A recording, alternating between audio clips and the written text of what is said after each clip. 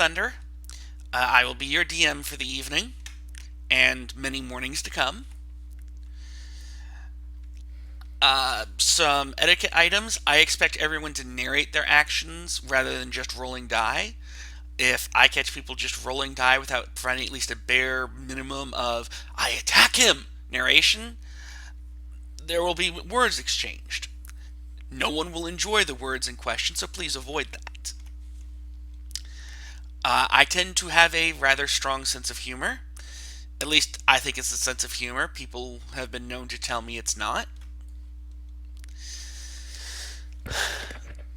Since I don't currently have the module for the whole Storm King's Thunder, all I have is the free section. We'll probably wind up doing a lot of Theater of the Mind.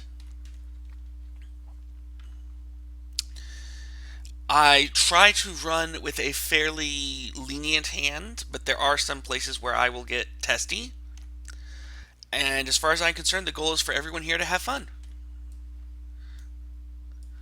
So if you guys are ready to start,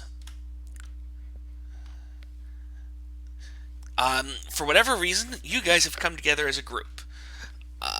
I'm sure you have your reasons, and I probably should have had you guys think of them before now. But you're traveling as a group in the direction of the town of Nightstone.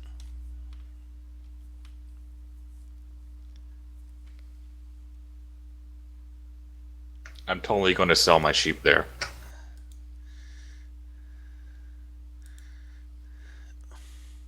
You're gonna sell your girlfriends, huh?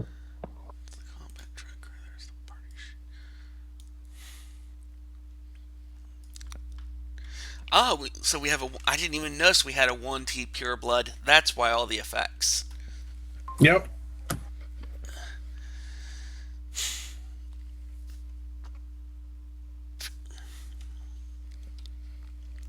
Anyways, so you guys take the turn off to head towards Nightstone.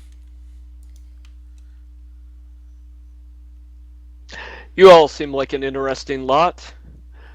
Do you think there will be some good pay up at this city? I've never heard of Nightstone. So, Bruce, I believe you're the one that just joined.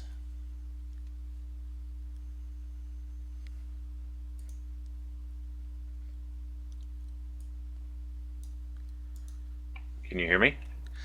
Yes. Yes, I'm Bruce. I'm sorry to say the table is now closed. All right, enjoy, guys. User disconnected from your channel.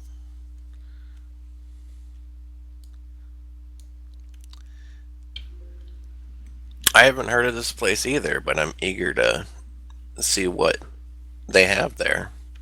Well, you guys are all headed to Nightstone. It's well known as the nobles' version of a tourist trap. Lots of good hunting. Unfortunately, there's currently an issue with the elves in the nearby forest who, for whatever reason, are unhappy with the hunting. And there's also lots of rumors about there being good jobs. So, you might be here to do some hunting, you might be here to see if you can get a job as a guide for hunters, or you might be here to engage some diplomacy with the elves.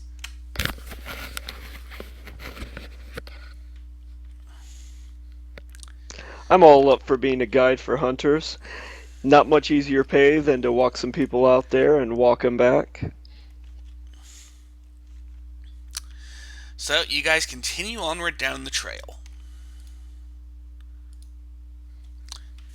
And after following it for a while, you hear this ringing of a bell. Boom, boom, boom. The sound grows louder as the night settlement itself comes into view. You can see it's a nice little fortified settlement set on an island in a river. Contained inside a wooden palisade, and you can see a windmill, a steeple, some rooftops. Strangely, other than the ringing of the bell, you don't really detect any activity. I mean, there's no gate guards. You don't hear people going about their business. It's just that bell, boom, boom, boom, just repetitively going on and on. I mean, you'd almost think it was time for services, except it's not a regular worship day, or some kind of special feast day that any of you are aware of. As a lizard man, I take no notice of this. I'm like, this is normal human behavior, correct? Having No. Having kind of large ears as a bugbear, I'm like, somebody turn that off. It's so loud. It hurts. Still a little hungover. What's kind of hilarious is I mean, the closest thing you guys have to a human is the forest gnome. The rest of you are monster races, so you wouldn't know.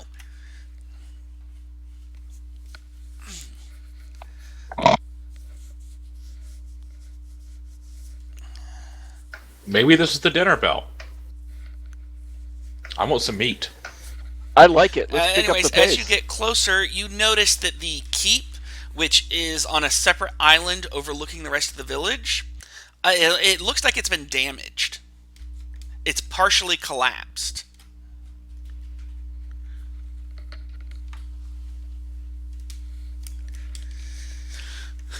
So you guys are reaching the entrance to the village, and I don't think we'll actually use this map, but just so you guys see it.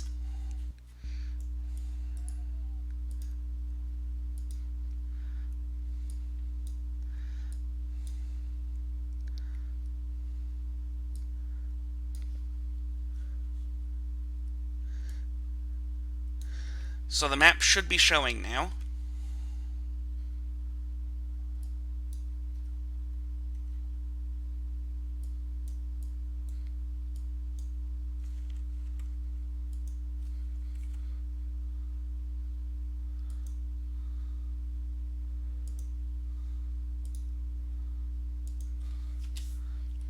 Still loading on this side. Yeah, it's a big map, still loading. I'm familiar with it, though.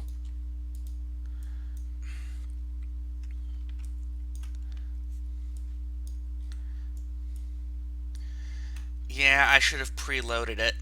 What on earth are you doing?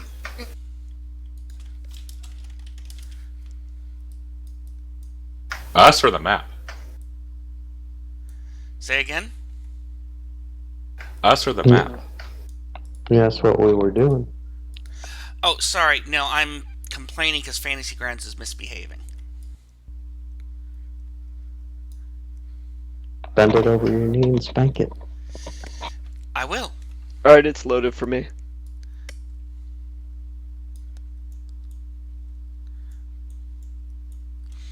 Anyways, you guys are at 1, and you know what? As long as I've got the map up, I guess I'll go ahead and... Oh, no wonder.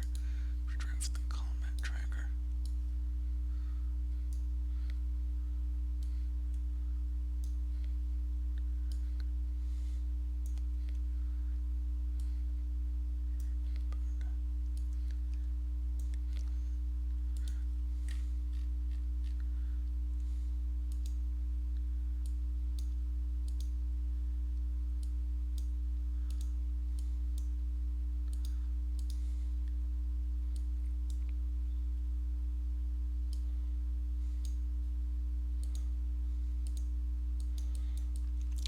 So, do you guys all have the map? Yep. Yep. Yes.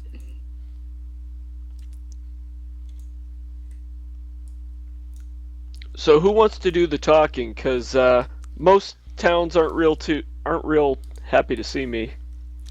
Well, as I said, the entrance is completely unguarded, and as you approach it, you see a pair of wargs inside the town.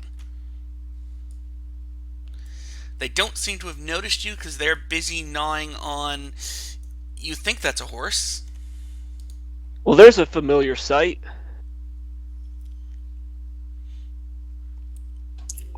That is not normal to have wargs in a human town. Not normal Make in a great human pets. town, maybe, but most of the towns I've been in, wargs, that's pretty normal. Interesting. Maybe they're using it for meat.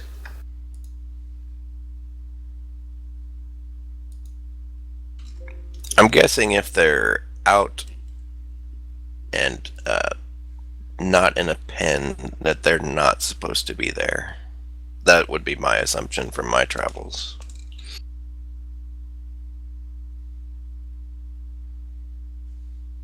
Maybe they're just open to our type of travelers. Am I right? And I kind of nudge Jig a little bit. Yep. Actually, I'm going to be hiding behind you. People don't like seeing us.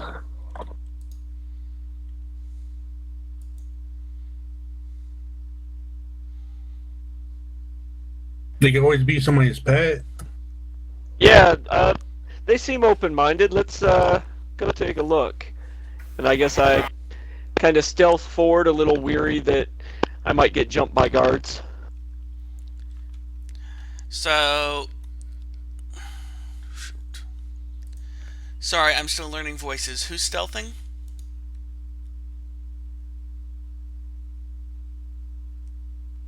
Hello? I'm a little weary that I might get jumped by guards at the gate that I don't see. Well, you don't even need to roll. As you stealth forward to stay about here, you can see that there's something wrong with this town. I mean, you might not be that familiar with human towns, but you're familiar enough with towns in general to know that most towns don't have this many boulders just smashed down in the middle of them.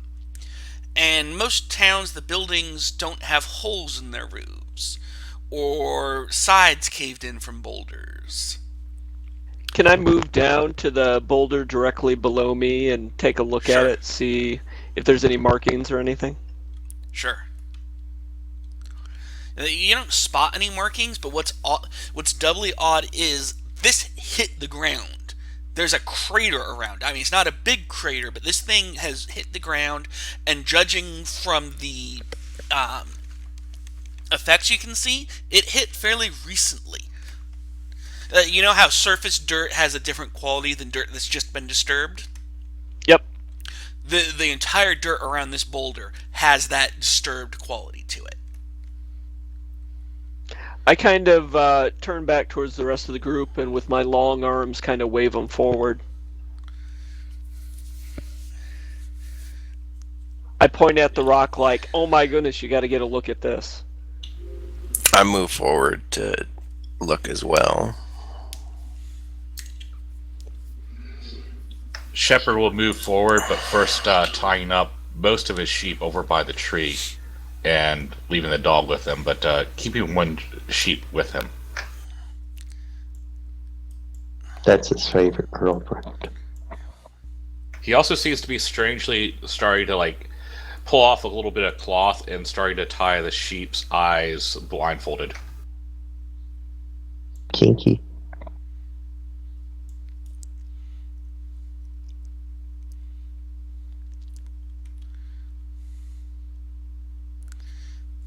So you get the sheep tied up, and I assume you all head into the town, and yep, that rock's definitely fallen recently.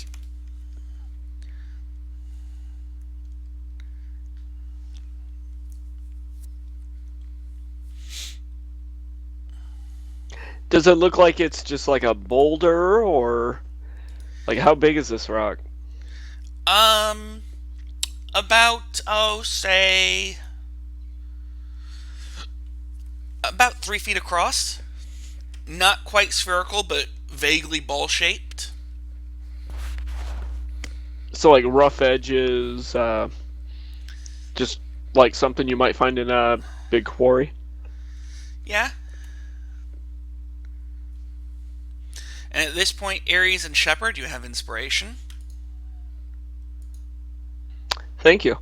Well, guys, I think they were just trying to do some redecorating. I don't know how they dropped them down here, though. It's kind of weird. We should find that dinner and the dinner bell. Well, you can hear the bell is coming from directly north of you, the chapel.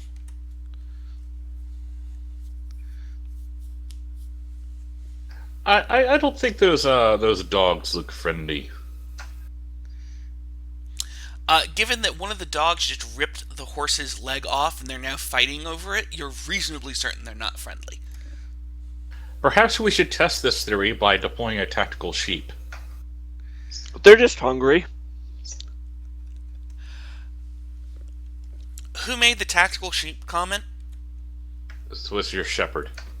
I can't give you inspiration again, dang it. But you have me laughing. Yes, I have the Maybe sheep that animal blindfolded. handling? Say again? Maybe have animal handling. We can have some pets.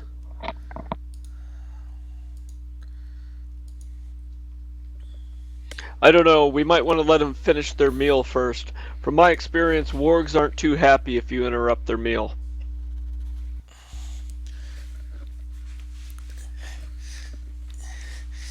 You don't think these wargs are particularly happy to begin with. They look mangy and scrawny, well, for a warg anyways, and underfed.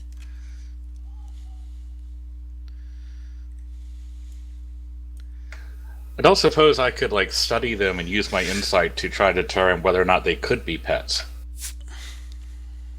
Of ours and not someone else's. Go ahead and give me an animal handling roll.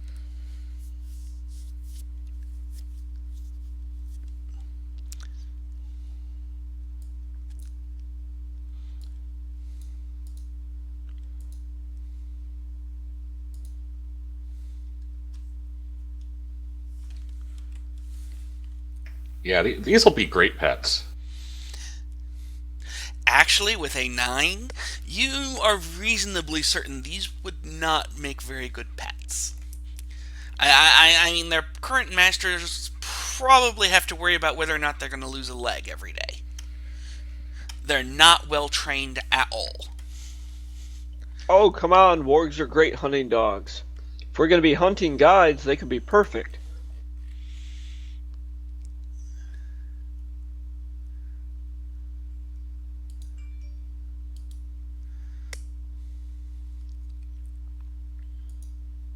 So anyone else want to stop that bell? Because it's really starting to bug me.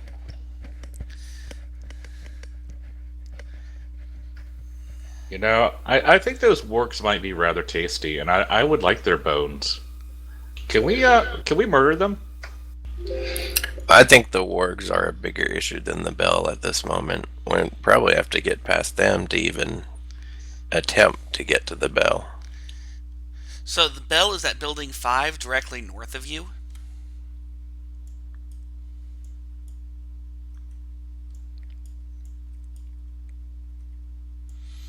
So you're reasonably certain you can get to that building without the wargs noticing you. Are there any visible windows in Building 5 from where we're at? Yes, several visible windows, filled with stained glass. Filled with stained glass. Alright, I'll go look at one of the windows. Maybe try to peer in.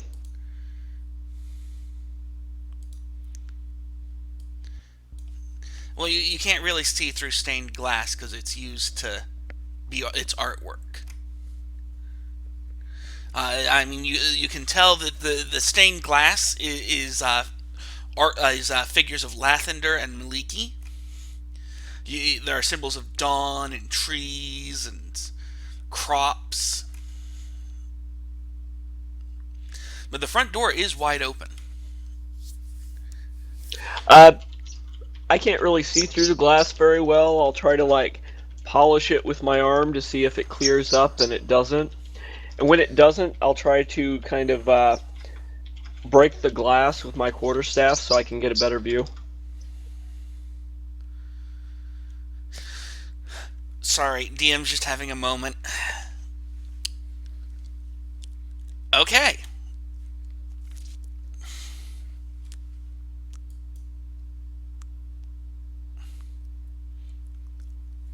So you break the glass open, and you see a pair of goblins pulling. Actually, no, that they wouldn't be. Yeah. So you break the glass open, and you see what looks like the sanctuary of the church. A lot of pews set up. There's an altar at the other end of the area. No sign of anyone inside, but it does look like there's been some type of disruption. Some of the pews have been overset. One of them looks like it's been shattered in two, that kind of stuff.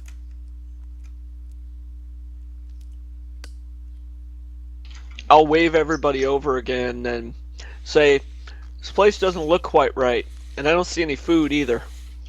Well, are the wargs doing anything when you broke the glass? They did not notice. Then I'll go over with the rest of them.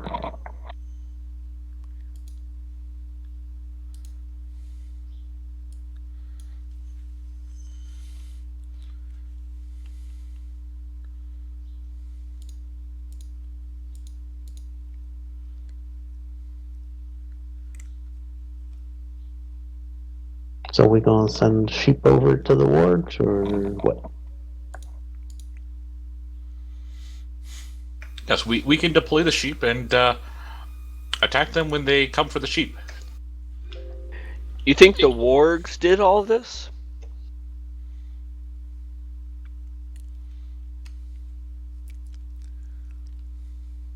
I mean, they're hungry, but I don't think I've seen a warg that can open doors and throw rocks like that.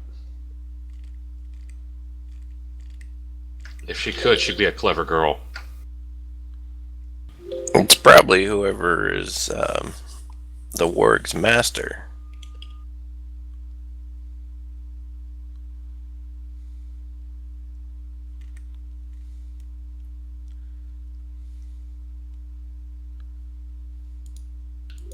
I say send the sheep. That's my vote. I'm worried about those wargs. Yeah, we should find the master. He might have some good work for us. The best way to find him is to kill his pets, I say.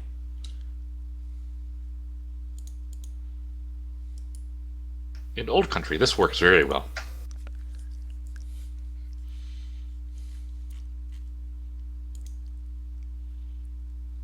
I will use my crook to kind of start maneuvering the blindfolded sheep towards the edge of the building, and then slap it on the rear to try to get it to run towards the wargs.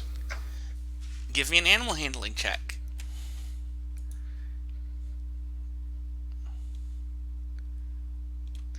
It runs straight towards the wargs and manages to actually bowl right into them before the warg even sees it coming, knocking the warg flat, and the sheep itself goes sprawling flat. And promptly the other warg jumps on it and disembowels it. I chuckle. And they start ripping into that sheep like they hadn't just eaten most of a horse. Send another one. And then one of them pauses and then looks your way. And starts growling loudly. I'd like to stick her Flameman in the face. Roll initiative.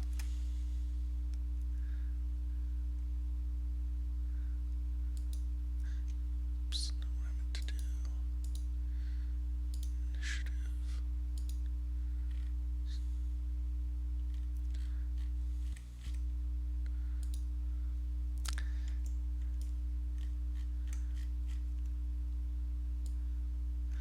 So, Pyra, it is your turn.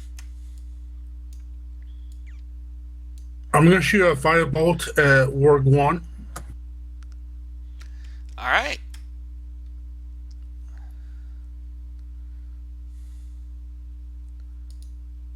And that's my turn.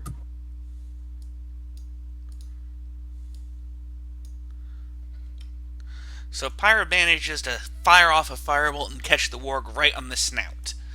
The warg does not appear to be very amused. I don't have enough movement to get to them, but I will advance towards them.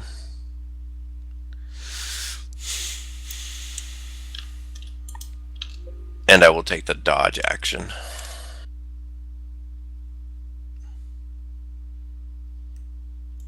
And Pyro, watch my firebolts. See how good I can do.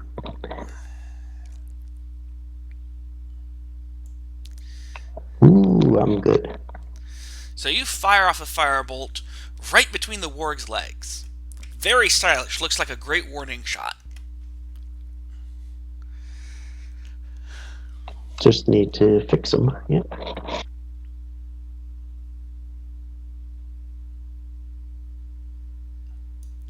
So the warg comes charging up. And tries to take a bite out of Crying. Or, excuse me, out of Tacklin. And misses horribly.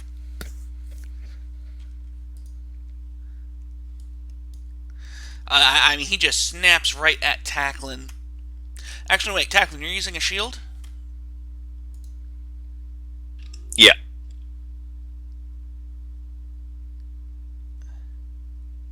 I do have a shield. So the warg charges forward and snaps at Tacklin, but Tacklin is able to shove his shield in its mouth. And it just kind of growls and jerks its head back and forth as it tries to break the shield in two. Because, you know, I don't think anyone would particularly like having a shield stuck in their mouth so that their mouth is wedged open. And I'm still hanging onto this shield, so I'm flying around as he does this. Works for me. I told you guys, they're not going to be happy if we interrupt their meal. But I guess. So I move forward. And I'll toss a dart at Warg 2. And Tacklin, you're inspired. Thank you. You guys will also know I do tend to be pretty heavy-handed with handing out inspiration.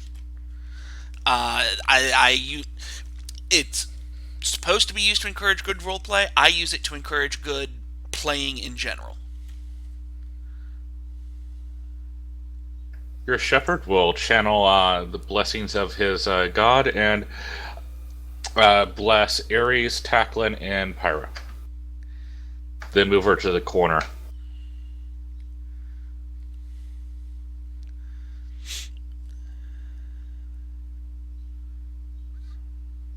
I'm not sure if there's something mechanical in Fantasy Grounds to use for that. For what? Oh, the bless effect? Right.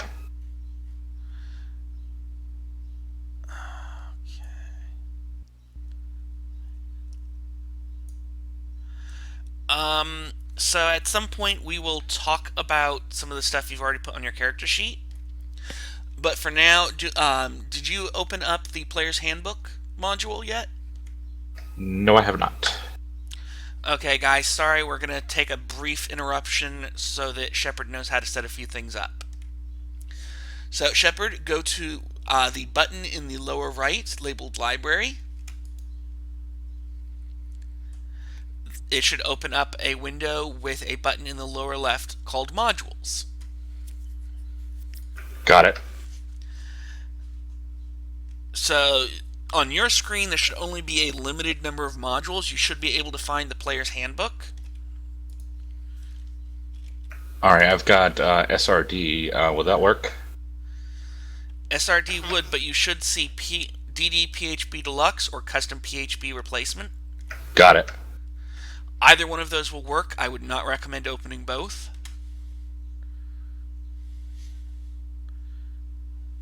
Alright. So to open it, you see the little closed book icon. Just click and drag to the left. Okay. And it should then look like an open book icon. Got it. Go ahead and close the data module activation window. Got it. You may need to wait a bit, but eventually you should see the player's handbook entry in the lower left pane of the library window. Got it. Click on that. Then click on Spells. Then click on Cleric. Alright. Find Bless. Got it. Oh, shoot. So drag that window off to the side. And then click on your character icon and bring up the Actions tab. Aha, this is what I wasn't getting earlier. Sorry, I didn't realize you needed help, or we could have done this before the game started. Sorry, I meant to come early, but stuff happened. Stuff always happens. Why does stuff do this to us? Does it hate us so that badly? Yes, precisely. So you notice how it has an effect? You're going Got to it. want to control... So go back to the map. Control-click on the individuals you want to cast that spell on.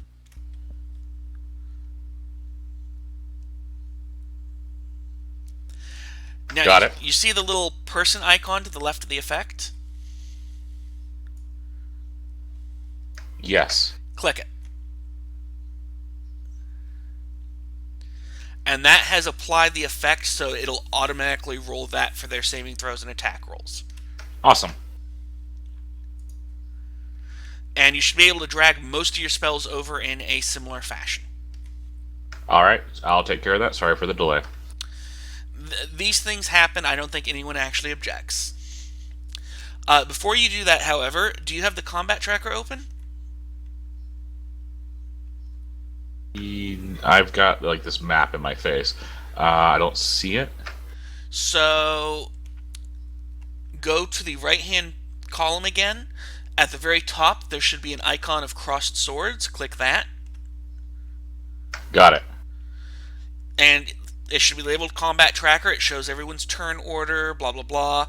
At the very bottom, there should be a dragon's head icon with a down chevron up. Thank you. Got it.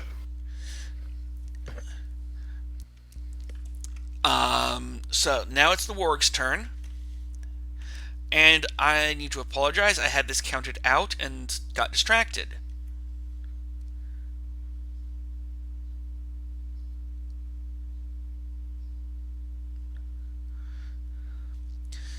So the warg lines up and takes a charging run, trying to time it to when Tacklin is being jerked around to the left by the warg.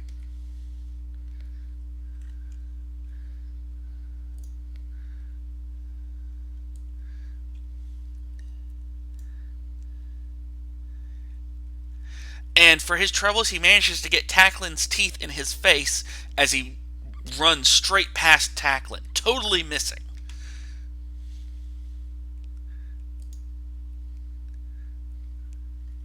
I'm gonna shoot now a firebolt at Warg 1.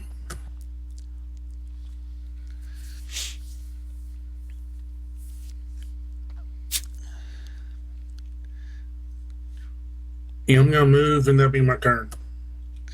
I mean, you managed to singe Warg 1's tail. You don't think it noticed because it's so busy trying to get its teeth into Tacklin.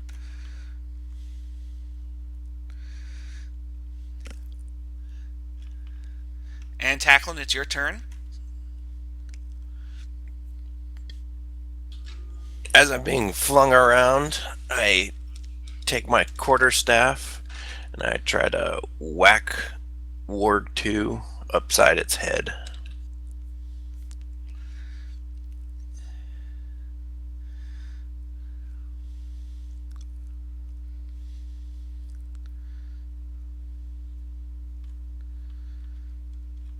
Oh, that poor, poor warg. That poor, poor warg. What are you doing to it? You're just mean. That's what you are. You smack that warg right in between the eyes. And it kind of drops you in the shield as it tries to shake its head to clear the stars that are suddenly dancing around it. Jig. Well, I'm going to try and hit it with my firebolt again. Do And or then do I'm not. gonna use- This was not a try. And then I'm going to use my Fury of the Small on him.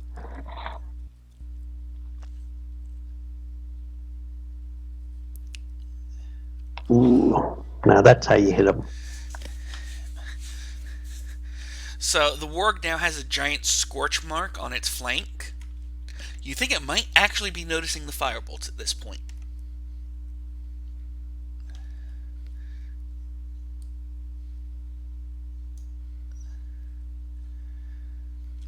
So the warg is so busy seeing stars, it doesn't realize it's also seeing double as it tries to take a bite out of Taklin, and bites 3 feet to the right of him. You guys realize I'm like one bite for them, right? Anybody else want to come up here? All right, so I see this warg, warg 2 trying to bite at Taklin, and I move up 5 feet, and I say, "Hey, you mangy warg, he's not food. Behave, or I'll smack you one." I try to smack him upside his head with my quarterstaff.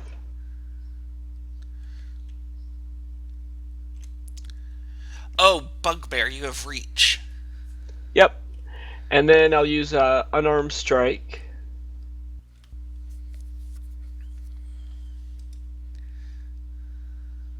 Oh, I'm sorry, I didn't click on it. Does 14 hit?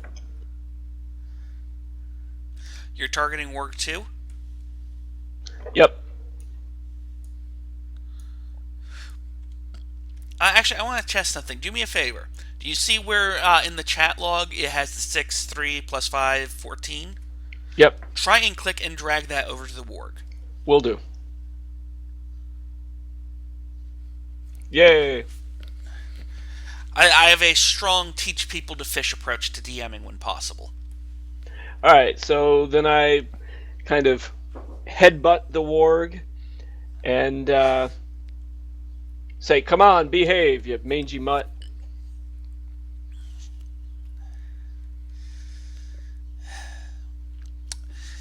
And I tell it all that in Goblin. The warg appears to have heard you then. I think wargs. Shepard lines up a Sacred Flame against Warg 1. And how do I retarget? Oh, sorry. So you could control click to untarget people, but at this point, go to the map. There should be a little crosshairs icon with a slash through it, Got it, thanks. and then just control click the warg.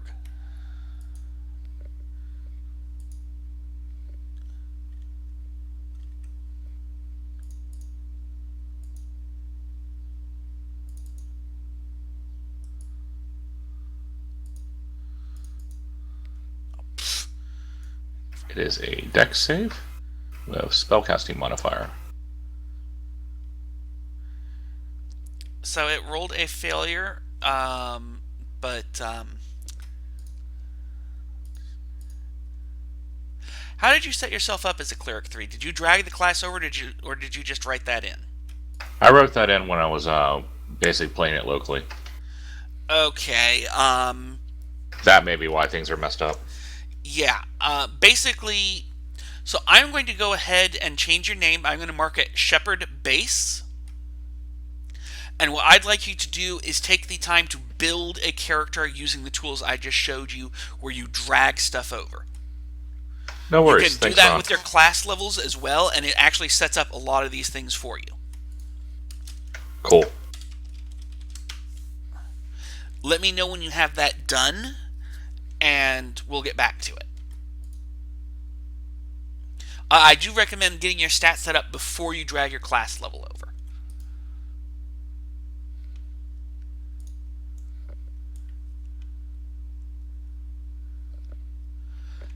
Anyways, is that your turn? Oh, yes.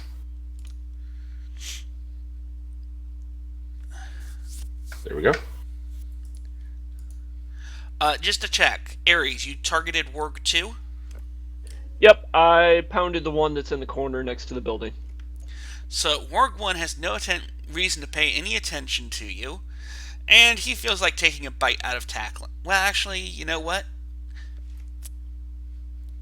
Taklin, do you want to take an opportunity attack as the Warg bounds away? Definitely. Because I seem to remember Jig managing to get a nice little firebolt into its side.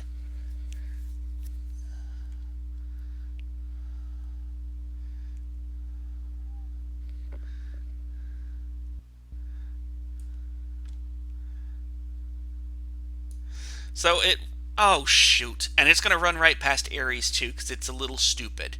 So, yes, you get an opportunity to attack Ares. I'll take it. So let's see, I say, are you causing trouble too, doggo? You'll note, guys, I encourage role-playing, and the enemies are role-played, too, so if you can find a way to make them do stupid things, they're likely to do it. And I'll smack him upside the head with my quarterstaff, and it'll be non-lethal damage, not that it knocks him out, but I'm kind of just trying to rein in these pups.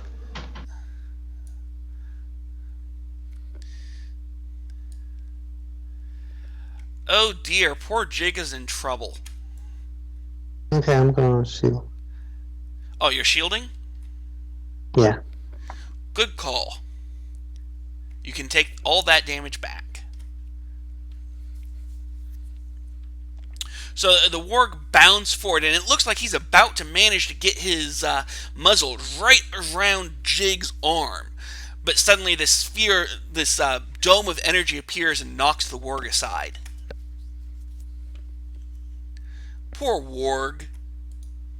He was about to eat man flesh. The damage to Warg 1 was never applied from Ares. Oh shoot, I forgot to click on him again.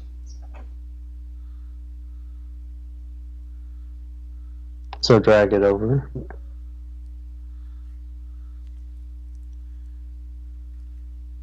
Alright, I Okay, dragged so it. I Okay, don't yeah. need to use my shield. That was non-lethal though. I was just trying to knock him out. All right. Thank you for catching that. Whoever caught it. I'm still trying to learn voices. That was Eric. Thank you, Eric. Go ahead and have inspiration for catching that. Thank you. So I'll move down, shoot Warg 2 with a firebolt. One moment. I'm still cleaning stuff up.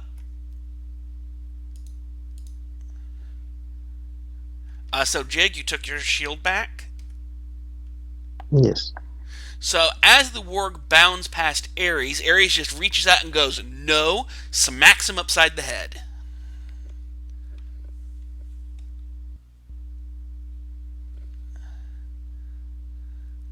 And that was a nice hit, Ares. Thank you. So, now it's Pyra's turn.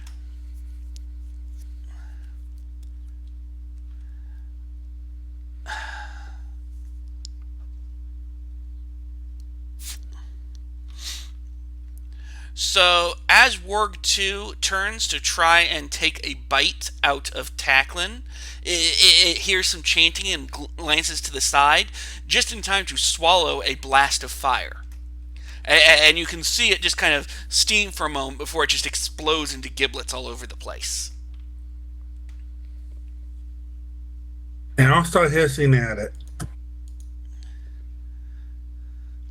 So poor Tacklin is now covered in blood and fragments of ew.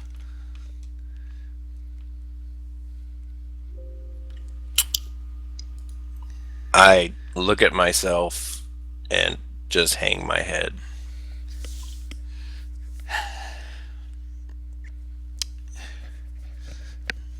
It's alright, it's the badge of being a champion. Let's go inside. Shepard walks over to Tackla and starts picking out the tastiest bits of ew and starts eating it.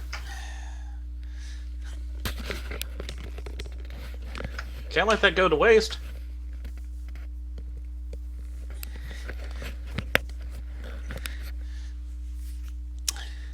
So, are you guys heading into Building 5? I am. Yeah. Yep. Gotta find out why the bells are ringing. So, as I said, there's a dirt floor, there are benches, not a lot of interest in here. But there is a door at the back wall that looks like it's open. Not wide open, but ajar.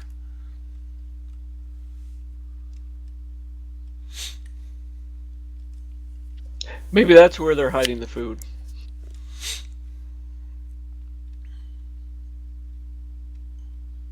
So I kind of cover my ears from this horrible sound and I start heading towards the door. Are you being stealthy? Not particularly. So you walk through the door, and you see a pair of goblins. They're holding the rope that leads to the bell, and they're jumping up and down, giggling maniacally. Except then they see this great big bugbear, and they look over at you and cock their heads and... Wait, what? What you doing here? I'll call out in Goblin. Was that your dogs in the yard? They're causing all kinds of trouble. No, they're Clargs. Who?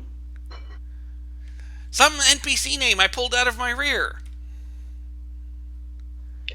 Well, you ought to leash those things up. Well, Try to jump me on the way in here. oh, well, they are hungry. I'm hungry too. Where's dinner?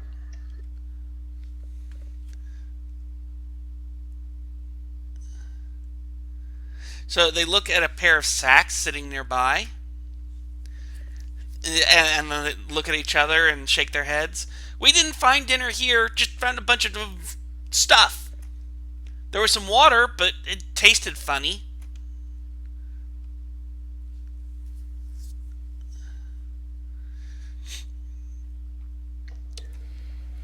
Do you know where we can find something good to eat in this place?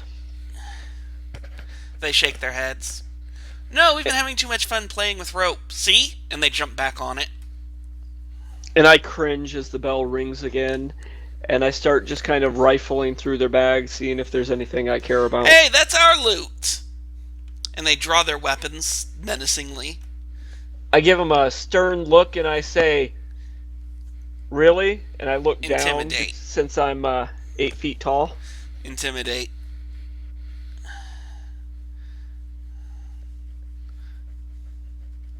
Oh, I'm sorry, Jig. I didn't see your message. No, they didn't hear it either.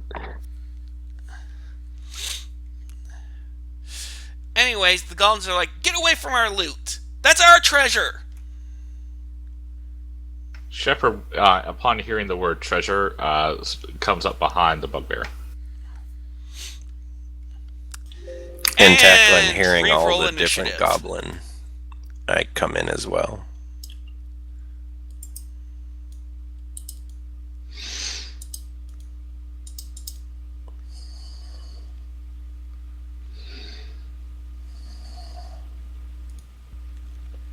So I'm clearing out Bless now.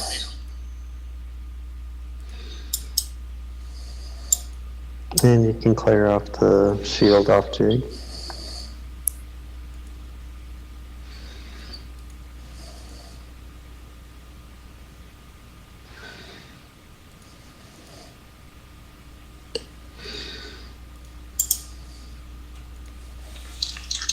Tacklin, your push to talk has gotten locked into the on position.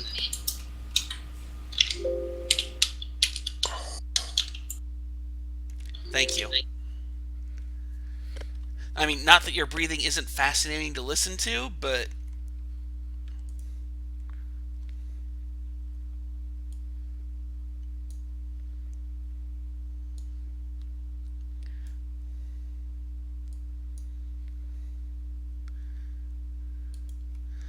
So, Pyra, it's your turn first. Can I see either goblin from where I am? You'd need to walk up closer. They are in the back room. This map doesn't have enough room for this building, so yeah, I'll allow it from there. Yeah, I'm assuming I'm in the doorway. So I'll move there and see if they have a soul or anything. And cast Chill Touch. Yeah, technically, just so you guys know, this is supposed to be a 10-foot grid.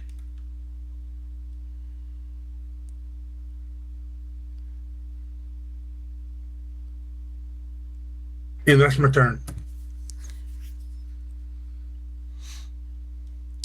Poor Beto, he didn't hurt anyone. Shepard. Shepard does not care for this whole goblin thing. Will step up to the first goblin, or the remaining goblin, and simply bite him savagely like a lizardman would.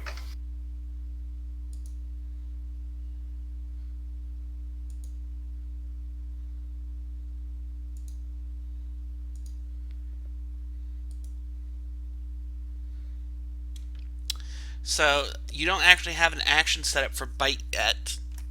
So just go ahead and give me a D. Just go ahead and roll it manually with a D20. That is a There's hit. a D20. I believe a bite is a D6 damage. Yes, D6 plus strength, so that's going to be 3.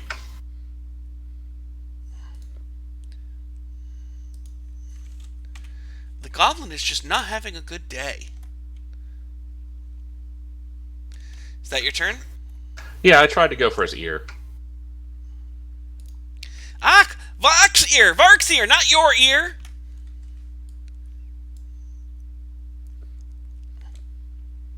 So he tries to cut you off with his scimitar.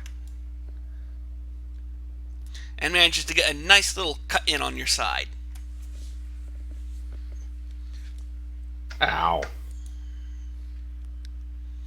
Ares. Alright, in one hand I'm still kind of rifling through his bag. In the other I kind of level my quarterstaff at him, pointing at his face, and say, "You should know by now goblin loot is bugbear loot. Why do you even try?" And I try to smack him with the quarterstaff.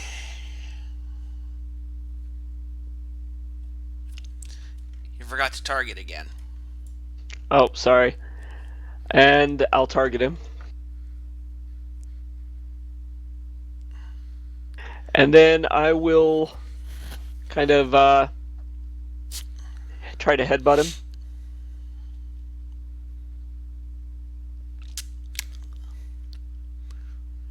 And just look menacingly at him. I'm done.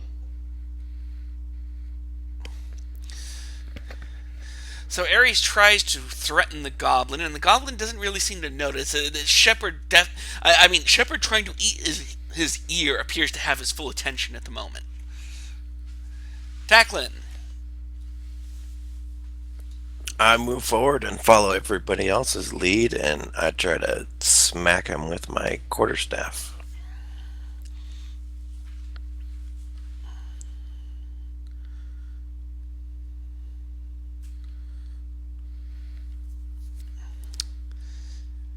And Vark you just catch him right on the head, and he drops to the floor.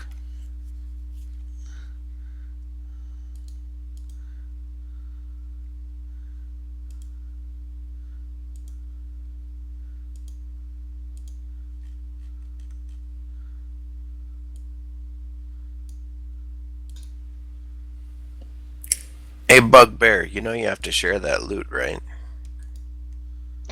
And I'm not really paying attention. I'm just like, I make a sound because I hear a sound, and I just keep looking through the bag. As you go through the bag, you find various little trinkets, and including a holy symbol of Miliki, a block of incense, and 3 empty vials marked holy water.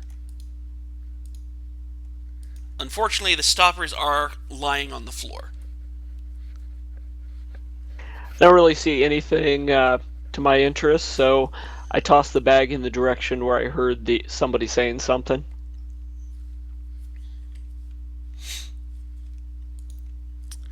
Alright, so the bell has fallen silent. You guys can actually hear yourselves think again. What do you do? I say we explore the other buildings and see what else there is to be had.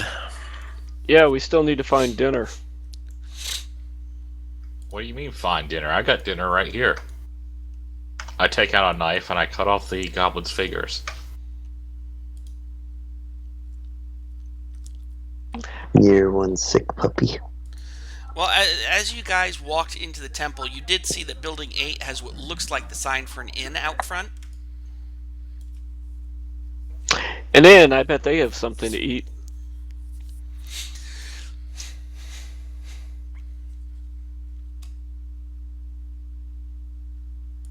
And I head out.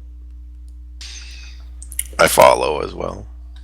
I will follow with my fingers. They are tasty and portable.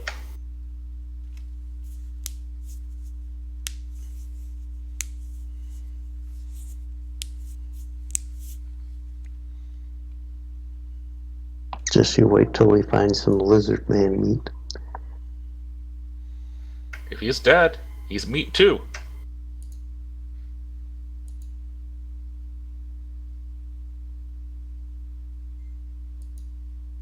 But we got all those nice sheep out there. I'll look through a window in building 8. What do I see?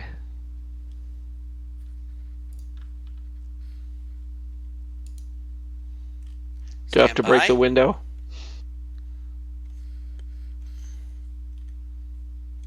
So Yeah, there's a you map see at the that end. there's a Says- dining room. Sorry, say again. I was going to say there's a map of the inn to the east.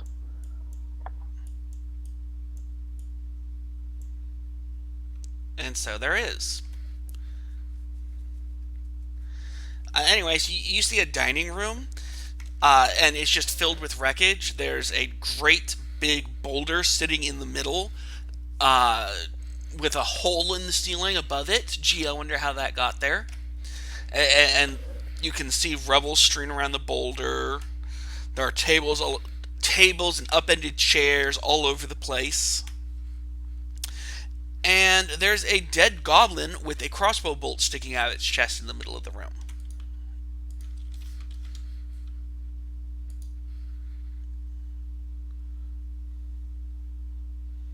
Well, this seems to be the place. Let's go in. I'll let the lizard man go in. I go in and I start doing my thing.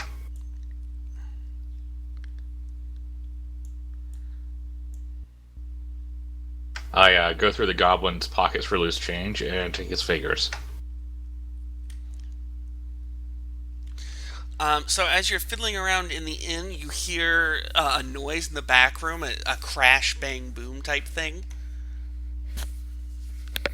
Is that in the kitchen? Yes. I head towards the kitchen because that seems to be the place to be. You see a That's goblin where food- stuffing foodstuffs into a sack. My lizardman A very tails twitches. big sack. I point at the goblin with my quarterstaff and I say, in Goblin, "Hey, time to share."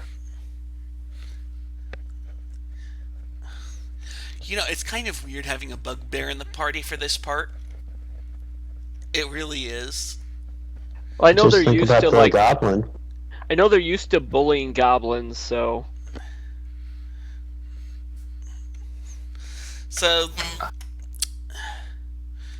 So the goblin looks up at you, does a take back and steps back a bit, looks down in his sack, pulls out a loaf of bread and say, "Here, gum share," and throws the loaf of bread at you. I want some meat too. As I bite into the bread, with a mouthful of bread, I kind of call back to whoever entered the kitchen next and say, "This is very good," and toss the other half of the loaf to the next person who entered. Shepherd will catch that loaf and stick that on top of his fingers and start eating it. So the hobgoblin goes, "Meat? I don't think." And he starts rifling through the sack, and you notice the sack is actually bigger than he is at this point. I don't think I finds meats. Oh, come on, quit holding out. No meatses.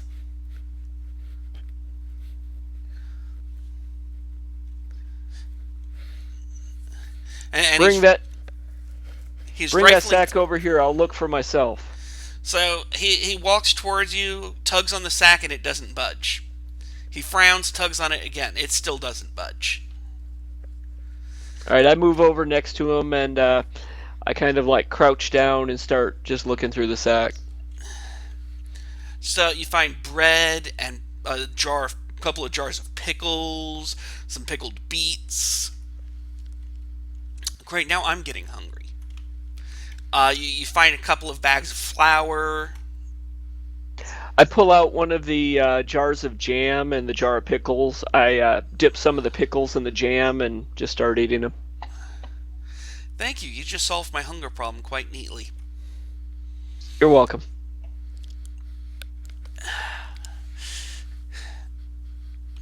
So what's going on here? What's your name? Gum Gum!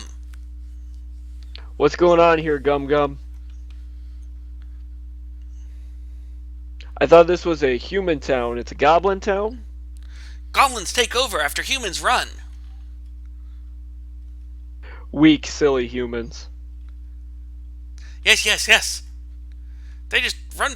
They just run straight to Goblin Cave. Leave town unguarded. Why? Humans? Stupid? I guess. Well, yeah. I mean, Gum Gum not really ask is he cooking first human. Boy was tasty though. Like him young. Who leads the goblin raid? Well, Chieftain back at caves. We just sent out. Look for food. Look for loot. Find anything good? Foods! And he points at the sack, and there's actually a list of what's in there. Muffins, cheese, there was a cooked chicken, my apologies, a frying pan, an iron pot, a bullseye lantern. I'm adding all this stuff to the treasure list. I give him a cross look as I pull out the chicken. I tear off one of the legs and start eating it. I throw part of it back to Shepard because I know he's in here. And I tell him, "You were holding out on me." And I put like a hand on his shoulder and just push him down a little bit. He wasn't. The DM was in error. So I'm going to say that he turns around and opens a cupboard and finds the chicken. Oh, that was fun though. Also, does anyone have the mending cantrip? Nope. Alright, there is a cracked hourglass. Unfortunately, because you guys don't have any way to repair it, unless you guys can come up with an excuse, you're not going to be able to get its value.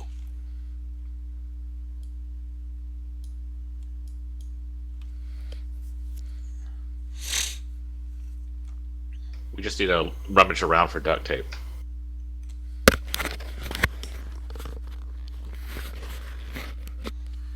Ares will turn to Jig and he'll throw him a chicken leg. He'll be like, "Jig, do you know Gum Gum? Do you know their chief?" Nope. I'm from Crackmar originally. But who shot the goblin out in the dining hall? Ooh, good question. Gum Gum shrugs. Don't know. Arrow came from above. Okay. Like outside? Like the rocks? No, from upstairs. Where the rock came through the roof. Yes. Someone's through hole upstairs. through hole in ceiling. Well, I'm not going around that hole.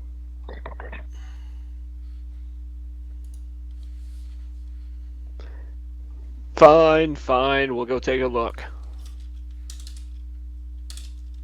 Tacklin is utterly confused because he does not understand Goblin and asks, "What in the world are you guys talking about for so long?" I hand him a little bit of the chicken and I say, "Oh, apparently the humans were ran out by something. Silly humans. And this is a goblin town now. It's okay." I shrug and accept it. Yeah, as long as they're sharing, hey.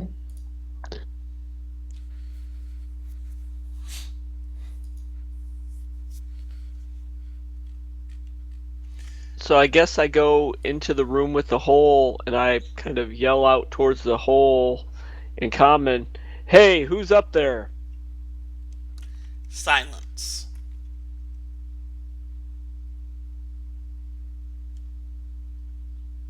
Who's yelling? The bugbear? Yeah, I'm not real bright. Nope. Shepard just stays in the kitchen with Gum Gum and stares him down.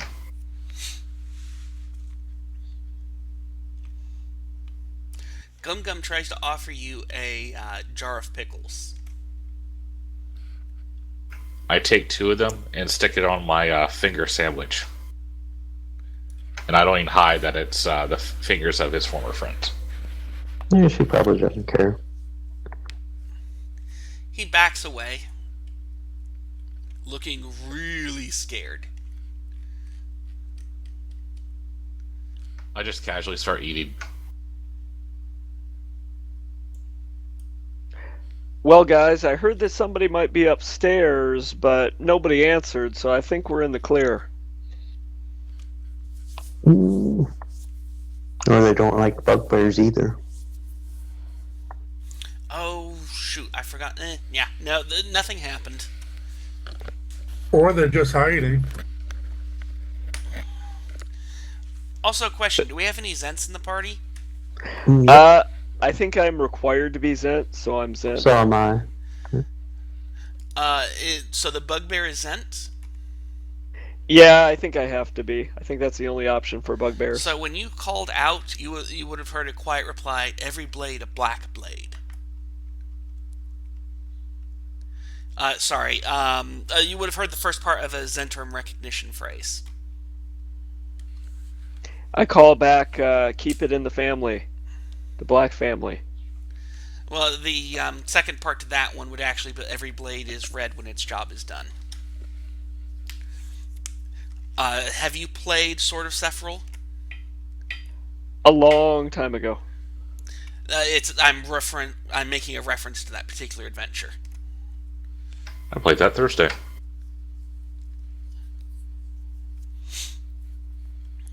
But anyways, so you get do you respond to the recognition signal? Yeah, I respond in a way that tells that I'm Zent, but I also kind of mess it up when I do it. I don't have any blades, but if I did, they'd be red.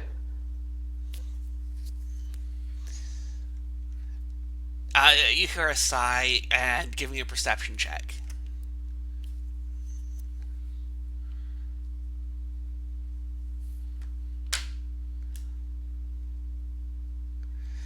And clearly not meant for your ears, but goblin, you're a bugbear, sharp ears.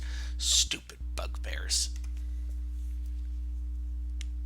Is it apparent from the voice and my excellent perception that the voice is human, or can I really detect any racial tones? Female. It's a female voice, probably from a medium-sized creature. Maybe human, maybe elven. Kind of hard to tell. But in that general family.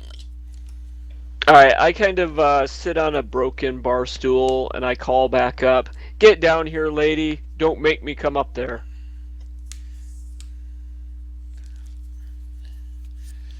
You're not the boss of me. Get up here. That's way too much work for me.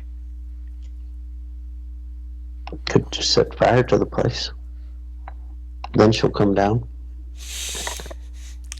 I chuckle at that. She sighs, and if you do that, you'll burn the treasure.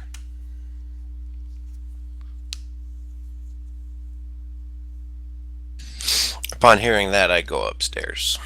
Yeah. Shepard will use his crook to just kind of nudge Gum Gum into also going upstairs. And try to follow behind. I lazily follow behind everyone since apparently I have to do the work of going upstairs. So you guys know exactly the room to look in.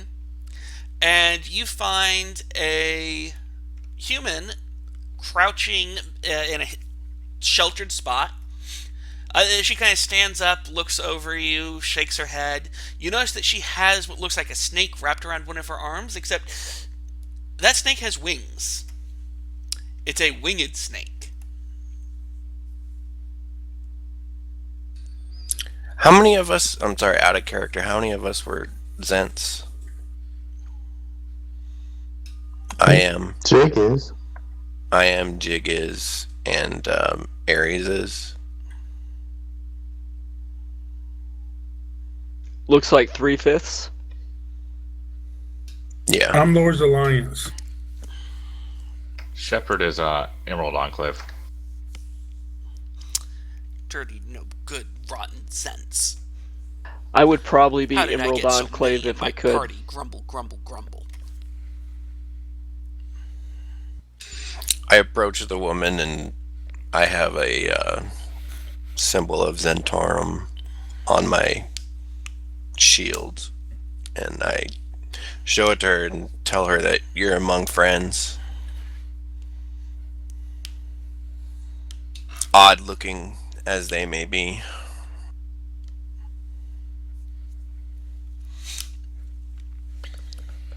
She looks over you and just kind of smiles. Well, clearly I'm due a promotion. Promotion for what? Well, why else would a whole bunch... she kind of chuckles. It's not so much for what as if they've sent all of you here. Clearly I must be important if they're putting you under my command. Uh-huh. I scoff at that. Well, it's not like you think you're my superior. You're not even human.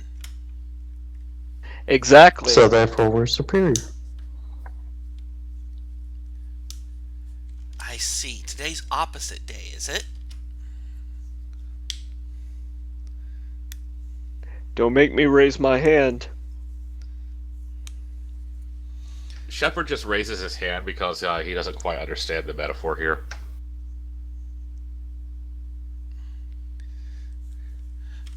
So do me a favor. Clear the rest of the goblins out of this rotten village.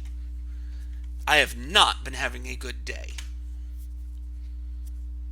I don't know who you are, but we were not sent here to Assist. be your subservient. You can come with us. We're gonna look around, but unless you tell us why you're here, we have no reason to have anything to do with you. I was just, Yeah, I was just why do we- investigating the area to see if we should open up a Zentarum franchise here. Yeah, why do we need to kill all the goblins? This could be an excellent goblin town. And have goblins recruit presents. Yeah, we could recruit all these goblins into the Zent. She smiles. If you can pull that one off, that would definitely be worthwhile. Not entirely sure that... And anyways, it would be interesting.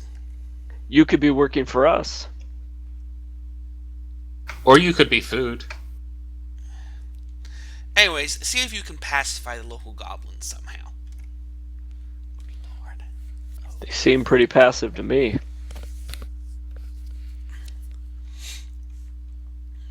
Ain't that right, Gum Gum?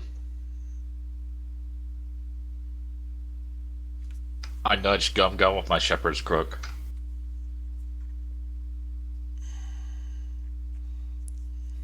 And we'll start explaining the Gum Gum benefits of being a Zent. You know, Where's the... completely off the record, it's amazing what happens when the DM forgets the script for a minute and improvises while he tries to find the actual script, and manages to take the rails like 90 degrees from the path he's supposed to, just with a few misplaced words. So where's Well, the treasure, concerned- lady? I don't think they meant for this to be where Monster Party came in. To be fair, that's the other half of the problem. You guys are a monster party.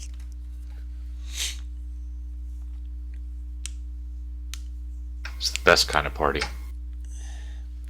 Anyways, she just smiles and says, You "That's can for have a me to Monster know." Mash. She just kind of smiles and says, "That's for me to know, and you to find out once you've pacified the goblins." Alright, guys, I think it's time to toss this room. There's some treasure in here. Why don't we make her do it? After all, she knows where it is.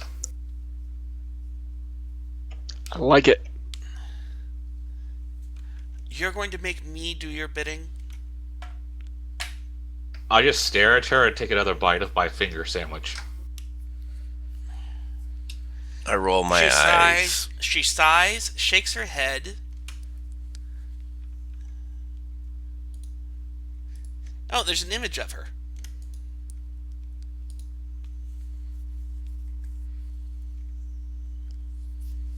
She's fairly ugly.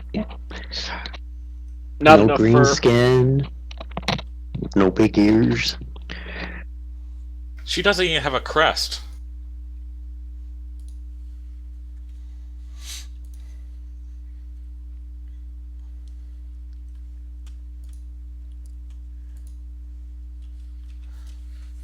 Well, we'll check out the other rooms too while we're up here.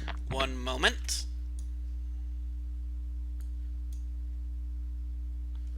So she just sighs, gives you guys a mocking little salute with exactly one finger. I'll let you guess which. Jumps down into the hole and vanishes. Careful, lady. If you keep that up, Shepard's gonna keep that finger. Well, did she take any treasure with her? You don't know. I charge downstairs and try to locate her. Perception check.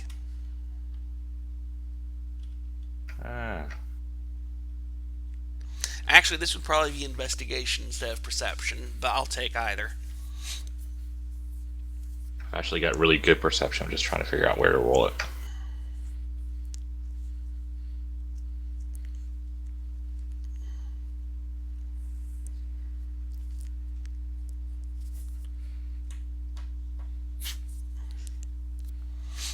Here we go. She's gone.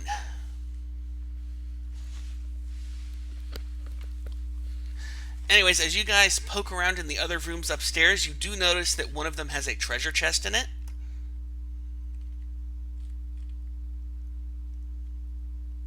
Woot.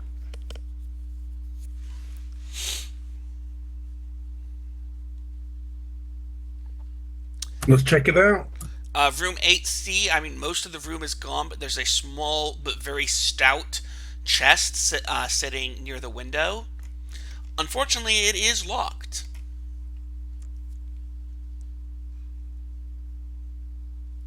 Hey, Shepard, come open it. I just kind of shout up through the hole. I'm not that kind of lizard man.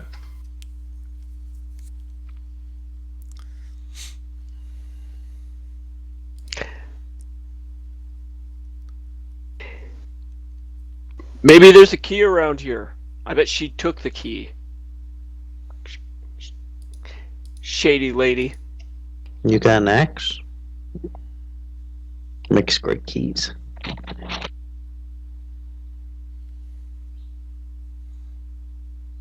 Shepard continues to continue looking out like the door and the windows for the lady, and just kind of shouts out, "Why don't you just toss it down the hole?" I could do that. I try to. How big is this chest? Does it look like something I could pick up, or I'd have to drag? What's your strength score?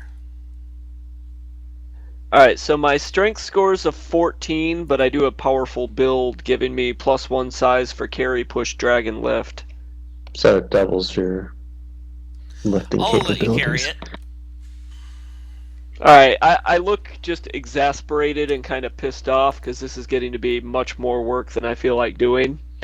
But I pick up this chest, I carry it over to the hole, and I just drop it.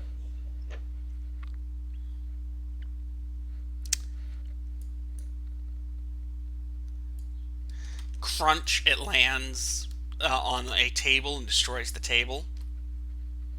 Does it hit the rock that came through the hole? No.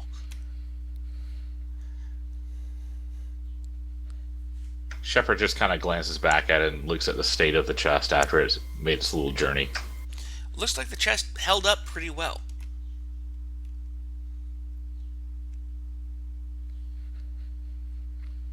Well, I got an idea, guys. I don't feel like spending all day chasing after some lady, but maybe if we can get the goblins to look for her, that might make it easier to find this key. We could get all the goblins together and have a chain gang. So Gum Gum cocks his head and says, "Do you want me to go get other goblins, boss?" Yeah, let's do that. Give me an insight check. Okay, just a moment.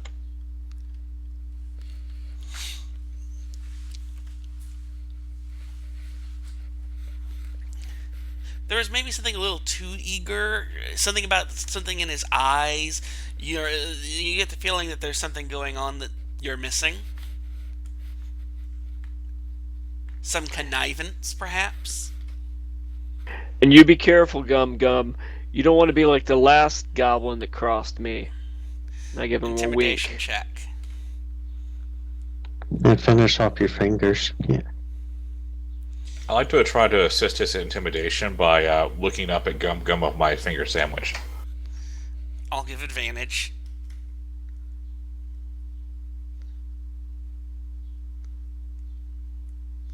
Anyways, Gum Gum takes a step back and winces and yes, of course, boss. No treachery, boss. Nope, no, absolutely no treachery.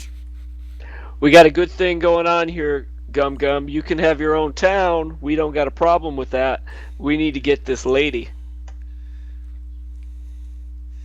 And you can be senior Zent in the town for goblins.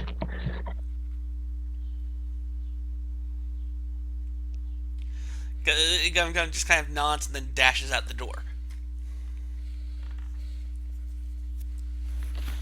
I think I'd follow after him at least, so I could see what direction he ran when he left the building. I kind of try to keep track of him with my eyes to go where he's going as Shepard.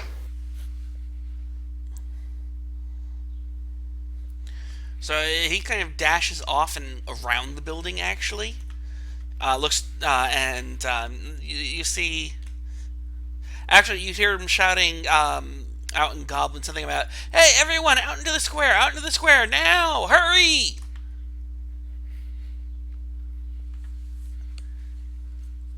Hey guys, how do we know she hasn't left the town already? Maybe we should close the drawbridge. That might be a good idea. Of course, I'm not too worried about her. As long But as she how do we didn't even take the know she treasure. has the key? Yeah, I don't care about her, but I want that key. How do we know she has it? She's a human. They're crafty like that.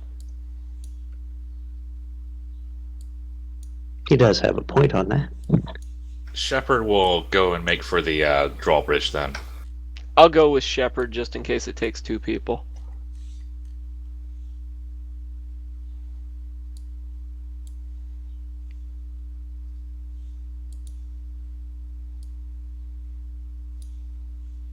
And Shepard will, if he gets there uncontested, will cross the bridge, untie the sheep and the dog, get the dog, and bring them across before we raise the drawbridge.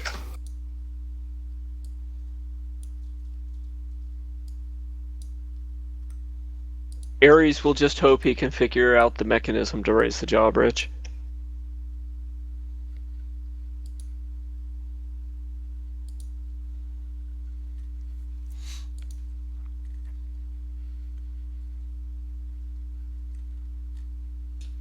Tacklin will So go to where the you see the drawbridge goblins is. just kind of running in from building after building after building, and so there's about 8 goblins in the town square.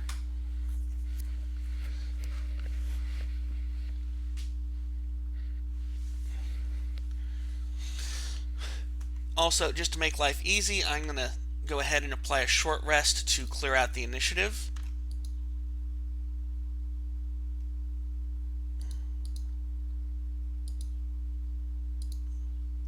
Should also clear out any effects, but this is not actually a short rest unless you guys want to take one. Yeah, we might as well Anyways. take one. So you see the thing is, you see a bunch of goblins assembling in the square. Do you really want to take an hour to rest while they're assembling in the square and talking to each other? No. Were we able to raise the bridge? Oh, yes. No check required. Cool, then I'll go back to the square with the goblins. Hey Shepard, can I ride your dog?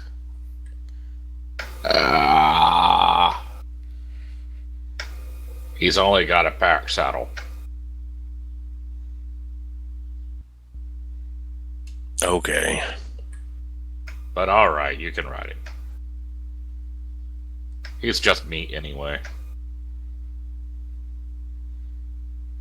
And I will climb on top of the dog.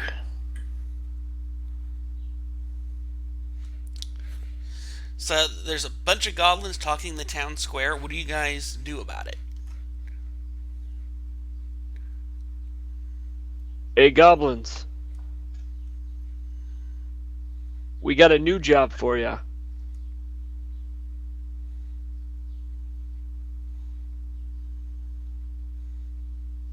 Yeah, Bugbear should be able to boss him. Go. So, goblins want town. We okay with goblins have town. But goblins, you can work for us and get some more gold. You work for Zet, help us find this lady, we have more treasure. She's trying to hide it from you. I will gesture with a claw to my sheep. We also have meat.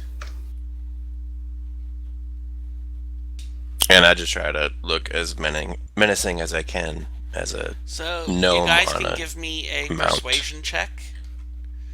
One of you can make it with advantage. And plus, they don't outnumber us too bad.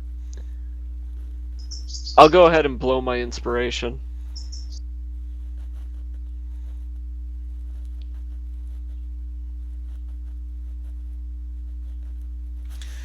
Well, you already have advantage, so there's no point in blowing inspiration, unfortunately.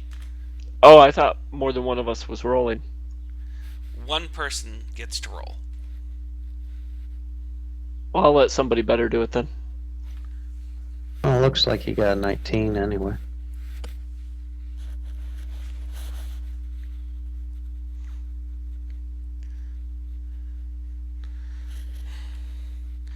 You know, I'm trying to figure out how to get this adventure back on the rails. You guys are just not helping at all.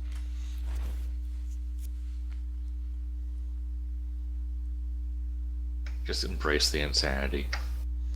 But it's entertaining, yes?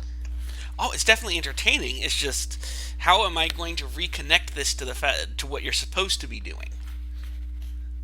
I'm going to have to rewrite half of this chapter for things to make any sense. I could tell you, but it wouldn't be fun. Yeah, it's not so bad if you only have one monster with humans, but all monsters, except for the gnome, but he's ugly enough to be a monster. I'm a purblish. I take offense to that. You're a snake. Snake human. What say you, goblins? You have a bunch of goblin servants now. Well, actually, so long as you don't try and take their treasure from them, you've got a bunch of goblin servants now. Find the lady and bring her to the square. And they scatter looking for her. I go back to eating a loaf of bread and kind of just lean against the building.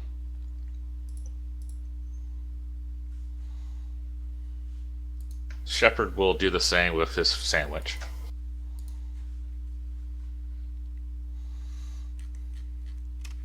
So they search and search and search and don't find her.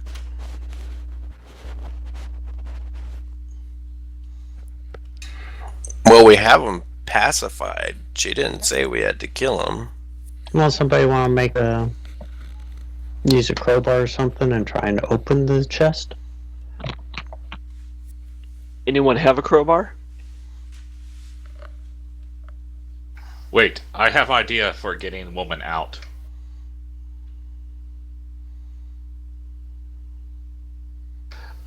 Shepard will basically finish off his sandwich, give a little burp, and then with the loudest voice as possible, just shout out, "Hey lady, we pacified the town. We'll start burning down houses if you don't come out."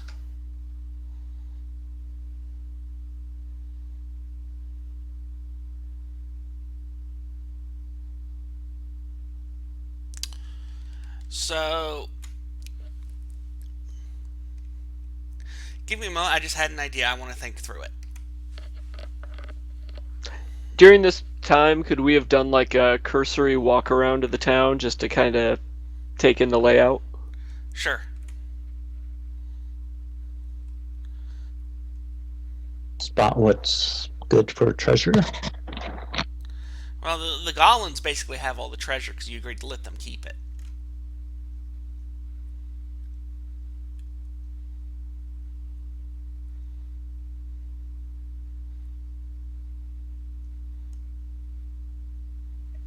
Hey, Gum Gum. Yes, boss? What's down there in the bottom? And I kind of point towards the other part of the town with the broken bridge. Can't get past bridge. Don't know. So basically, 11, the broken bridge. That is not part of your cursory walk around. So you guys have not yet reached the keep. So there's no way she could have got over there? You don't think so? Well, I'm just asking him for his opinion. He looks, shrugs. Maybe she jumped far. Would probably have seen her though.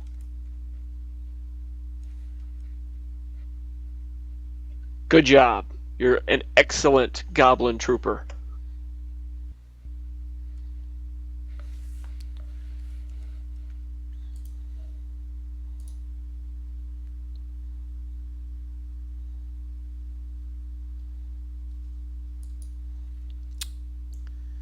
Anyways, so at this point, you hear a loud boom sound from the drawbridge.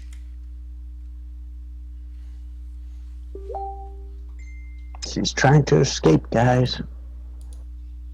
Maybe we should send some goblins to go check that out. Release the goblins. Yeah, we should have them manning the watchtowers or something. Well, unfortunately, it's too late for that. One moment, I'm setting up an encounter. Oh no.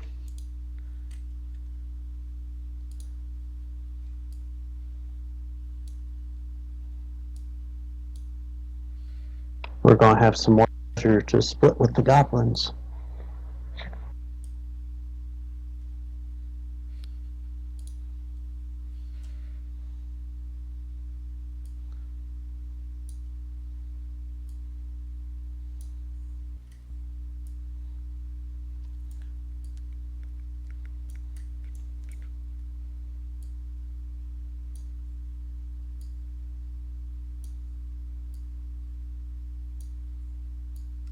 So I'm assuming everyone makes for the general vicinity of the gate.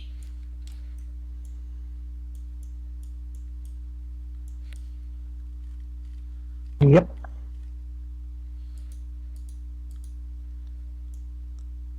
Doesn't look like these tokens have actually been placed for me, dang it.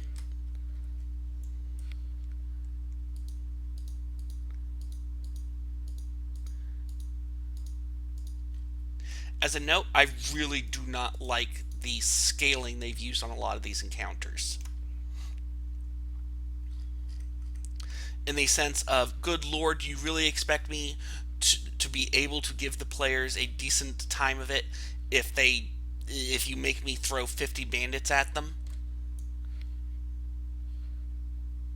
And riding horses. Ooh.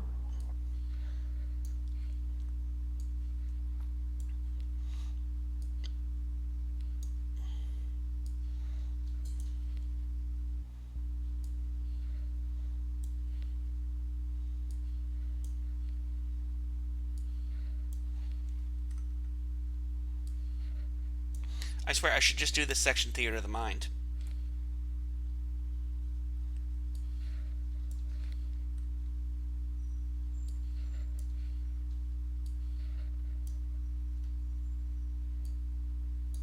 Perhaps we should negotiate.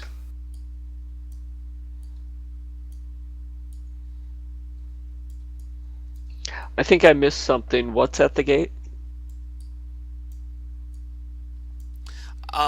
So as you guys look out the gate, you see an entire troop of riders come charging up. They have the symbol of Zents on. Are they human? Yes. Grumble. Looks And like 6 bandits and 1 boss guy. And you see a very familiar figure jump off the top of the watchtower and dive into the river. It looks like that female spy from earlier might have opened the gates for them.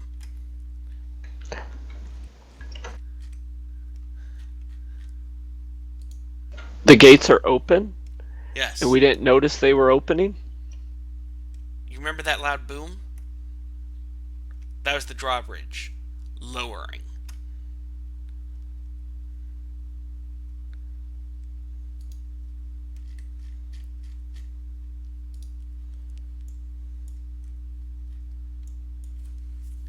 Basically, she dropped the drawbridge for them.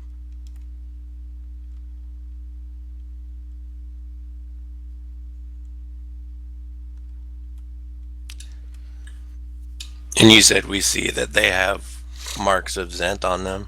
Yes.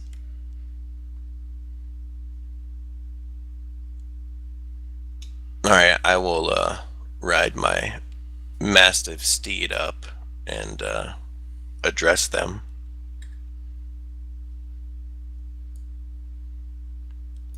So you're the ones trying to take possession of our town?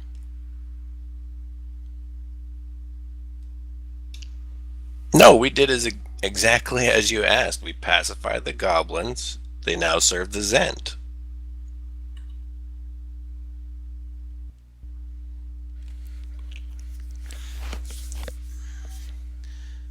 Really? So the As- riders come walking on in.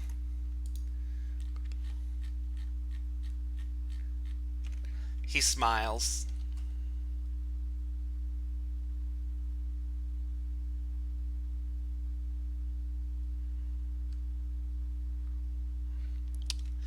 Well then, I claim this town in the name of the Zentarum. Long shall we reign. Now tell me, have you dealt with the old management yet?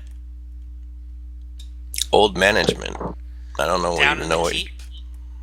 Oh no, the bridge is busted. Perhaps you'd do me a favor and go remove them.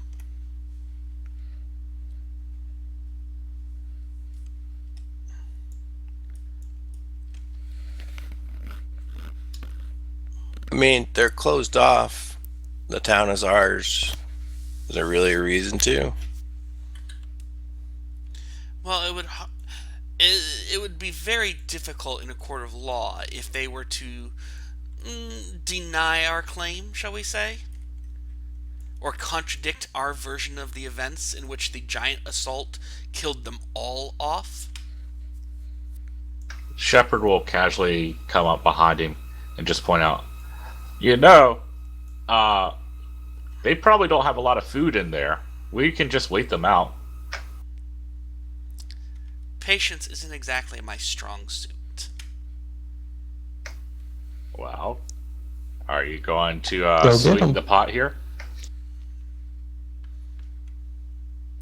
Yes, I will sweeten it indeed. I think that our superiors will be quite happy with you if you do this. Not convincing. Myself, I and my band need to discuss matters with these golems, make certain they understand their proper role in events. What's in it for us?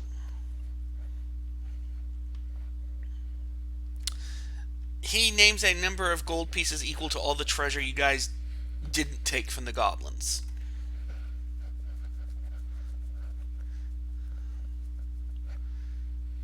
I can live with that. That's fine, but we need to bring the goblins with us. They're part of the assault crew. Strangely, the goblins appear to have vanished.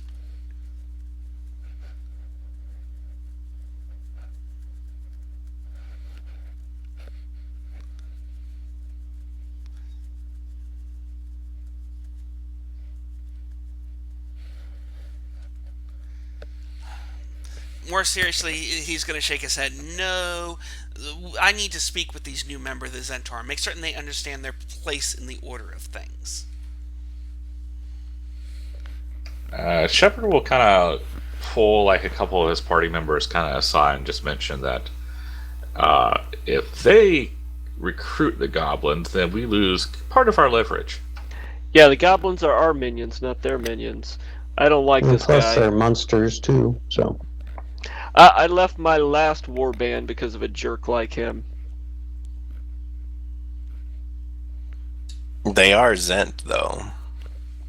I don't So care. the If, DM, I don't care if they're Zent. I want to do what I want to do, and that's why I went out to do this new life. Not so And that's someone why can you tell me joined the what to Zents. do.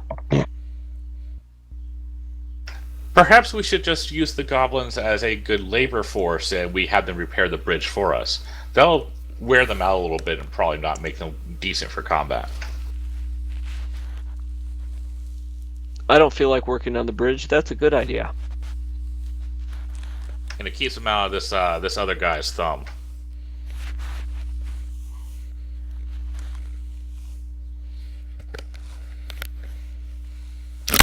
alright, I'll allow it.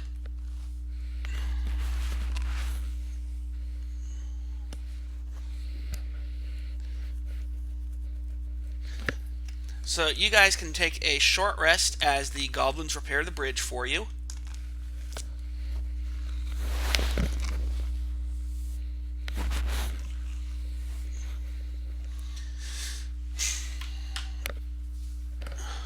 I start herding my sheep over towards the bridge and preparing another tactical sheep breach. At this point, I think it's a good time to take a 5-10 minute break. Grab grab drinks, use restrooms, give the DM a chance to think over how he's actually going to get you guys back on the rails, since every attempt to date has been a failure.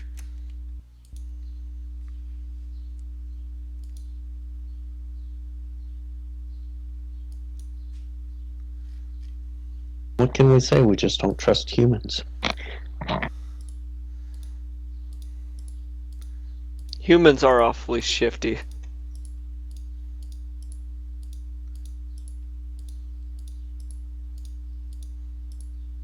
Yeah, they rarely keep deals they make with goblins. Yeah, good monster. I mean, our intentions are pretty straightforward. Kill, ravage, plunder, pillage. Humans, you never know what they're going to do.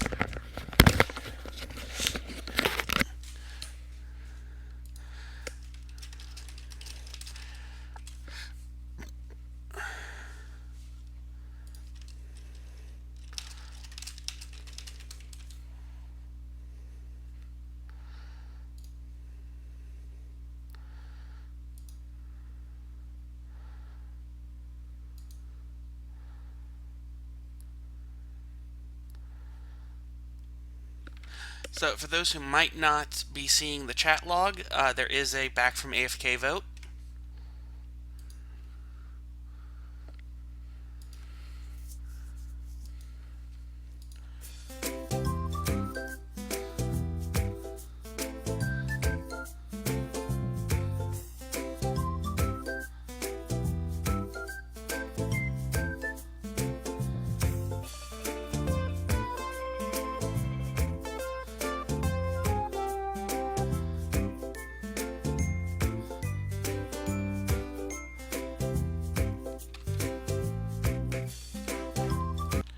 Alright, everyone's back. So the goblins have repaired the bridge, and you guys are walking up to the castle.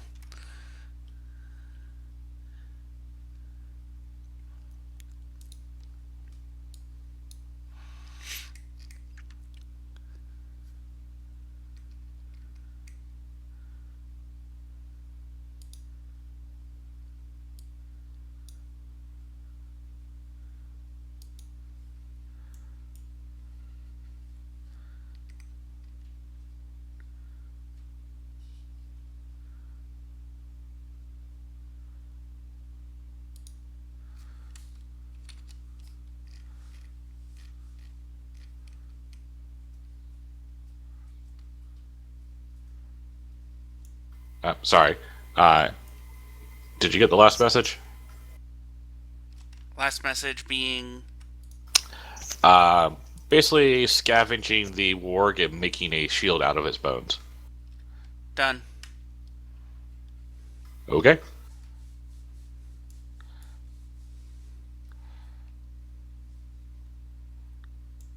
So everyone go ahead and gather at 12.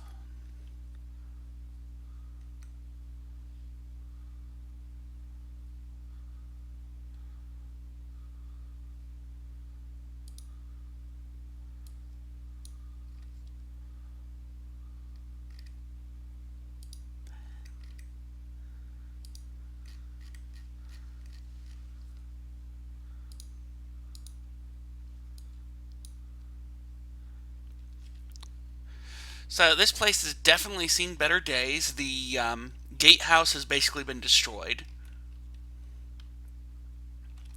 You find a couple of dead human guards in the rubble.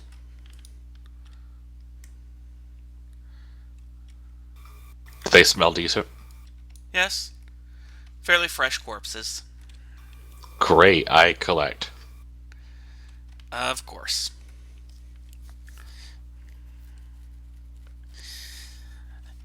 You know, there are times if this were an homebrew group, this would be so awesome. I have to figure out how to get you guys back on the AL track, though. Yeah, it's going to be interesting on negotiations while you're eating a human finger sandwich.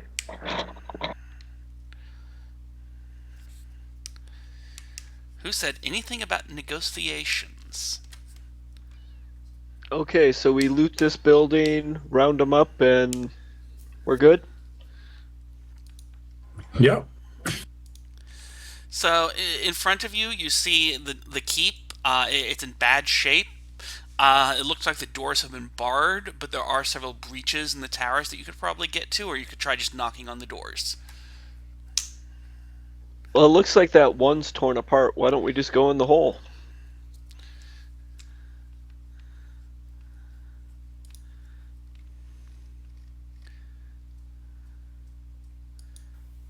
I follow Ares.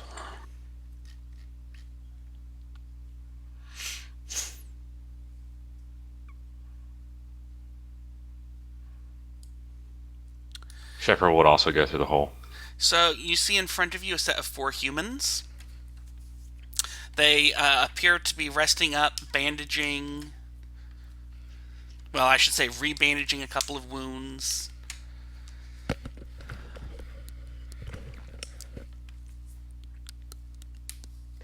I'll kind of head towards them a little bit, and I'll just be like, "What's up?" Of course, Mr. Bugbear would walk up to them. I don't have a lot of tact. So they snatch up their weapons and take a defensive formation around defensive formation in front of a raised table, and you notice that there's a body on the table. They're getting ready for lunch. What'd you do to that guy? It's a lady, actually. Humans, men, women, they look about the same to me. She's the lady of our keep. She was killed in the attack. Who are you? Why'd you kill her? The spokesperson just kind of stops, shakes his head. Are you daft? The giants killed her. What giants? I don't see any giants. What giants are you talking about? The giants that attacked and took off with the Night Stone. What's a Nightstone? Something that A apparently nightlight? has relevance with Force Grey, but since the DM has never watched, is not in the habit of watching YouTube videos of other people play D&D, he has no clue. I believe it featured in the Acquisitions Inc. live play. Yeah, it was at the end of their game. Same difference. It's just one of the things to break down the ordning for Storm King's Thunder.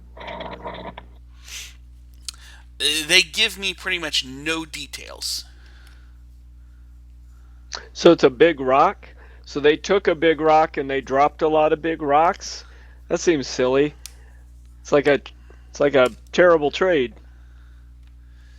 Yes, well, no one ever said giants were smart. Now, by the way, you going to eat that? Eat I what? pointed the lady's fingers. The guards close their formation up and get their weapons out. Monsters, one of them spits. Fiends! Oh man, if you think we're monsters, you don't want to see what's on the other side of that bridge, dude. Get out of Our Lady's castle. We're not Now. even in the castle yet. Kind of want to take a look, though. And I think we've managed to walk into a fight.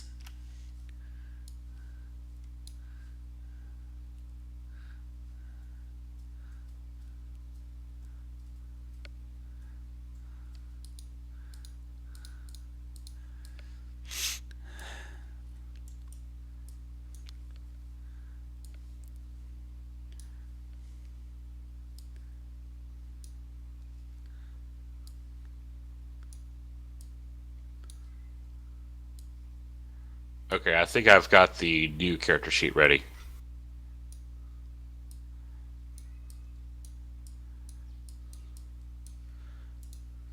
One moment.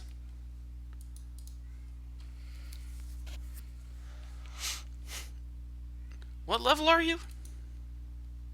3, Constitution modifier. Why did it give you 3 spell slots? Huh.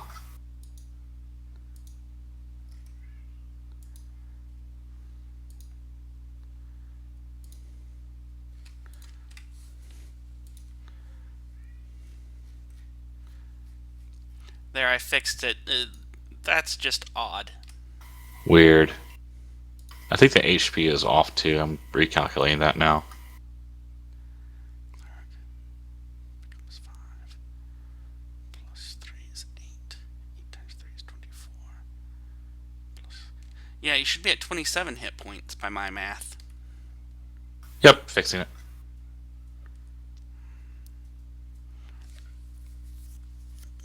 I'm good to go. Let's go. Oh, and I'm looking at the wrong character. That's why I'm confused. Yeah, that one's all messed up.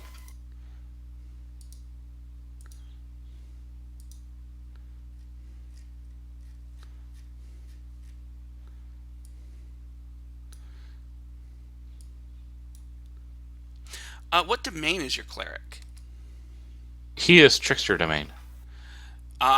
Did you remember to drag your domain spells over? Yeah, I had to cannibalize them from Wizard. Is that alright? Yeah, that's exactly what you pretty much had to do. It's just that I'm not seeing them. Okay, I'll double check. They won't be relevant in combat anyway. don't you get mirror image? Oh, hey, yeah. Then that may be relevant in combat.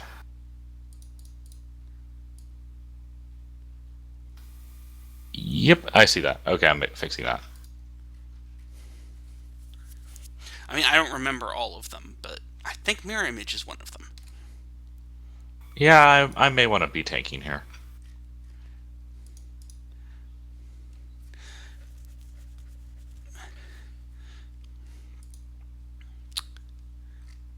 Anyways, Jig, it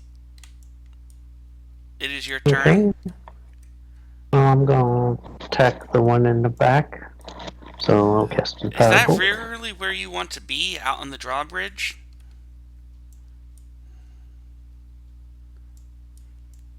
Yeah, I don't think you see any of this from there.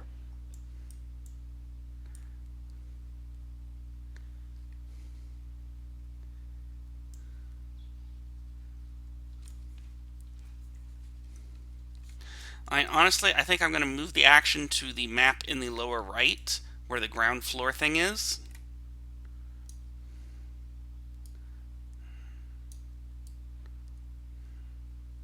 I think you got the old Shepherd in initiative instead of the new one. I probably do, because I haven't actually made that change yet. Alright. So I'm removing the old Shepherd from the party sheet. And the new one is in the party sheet.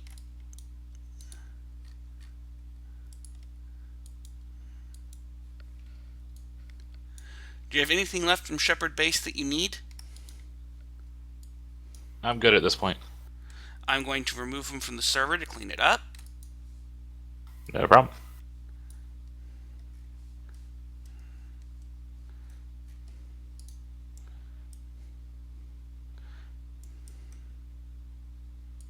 Well, I guess we need to be in the building so we can see them. Yeah, some of you have to at least be in the 14A room to have had that conversation. Yeah, I thought we hadn't entered yet, but they were saying don't go in, and then we were like, well, we're gonna go in. Yeah, communications issues. At some point, you were going to be inside. Alright, so were we So entering from that bottom corner instead of the left corner? I honestly don't care. Okay, well, I'm gonna cast a firebolt.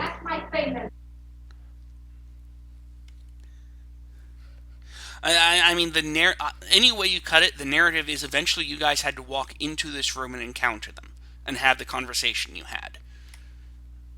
So if I misunderstood what you guys were saying or doing, my apologies, but it's not worth trying to retcon it. And I pass my turn.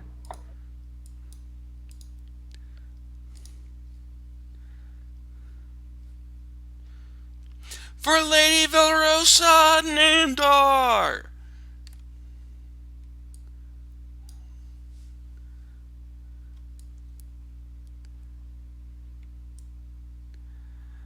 Oh, shoot.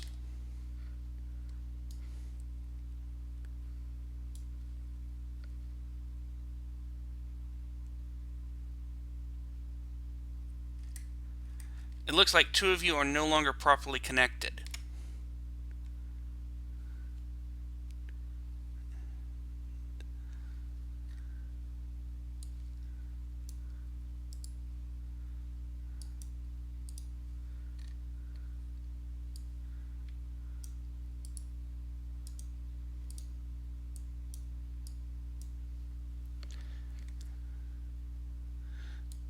So, Shepard's the one that made the comment about trying to eat the lady? Let's go. For hate's sake, I crit at thee. Oh boy. So the guard just leaps forward, makes what should have...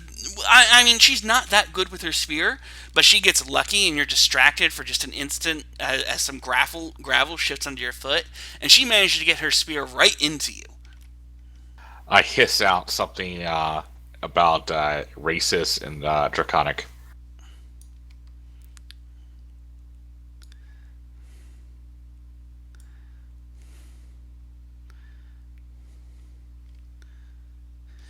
and the next guy charges in, trying to take advantage, but gravel slips under his foot, and he winds up almost falling flat on his rear instead.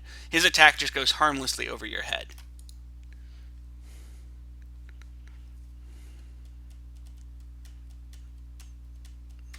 All right, I will rage.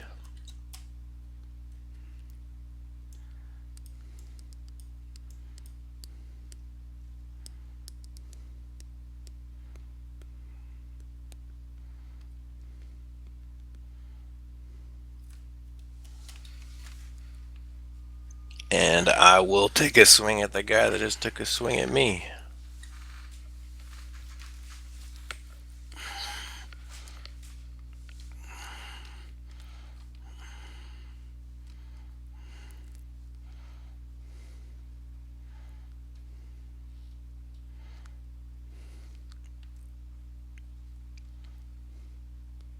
Pyra. I'm gonna move down and shoot a fireball to that torrent.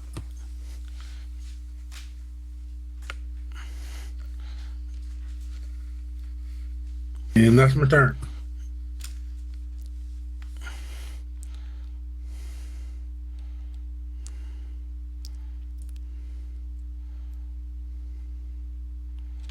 So this guard actually charges around to try and catch Shepard in the rear.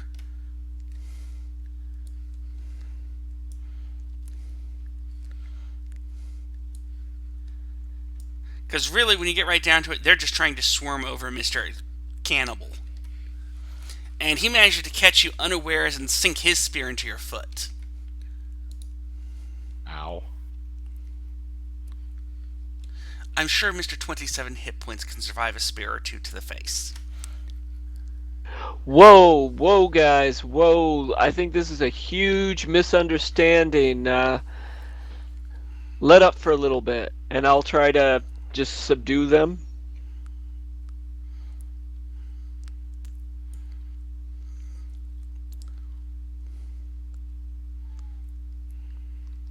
As I swing again with my long arm.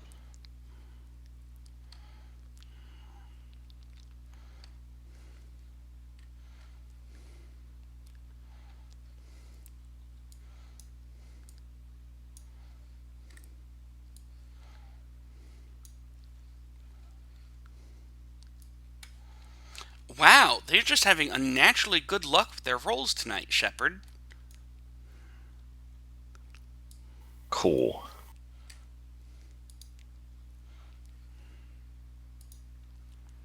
So Shepard at this is he's hissing out something just completely foul and draconic, and then he basically pulls off his robe, stripping down to just a loincloth with his like tattooed holy symbol on his chest, and then he casts mirror image.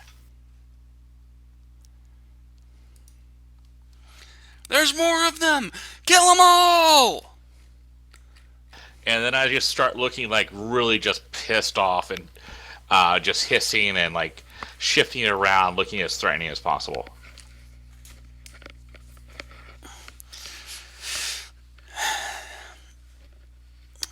And that's your turn?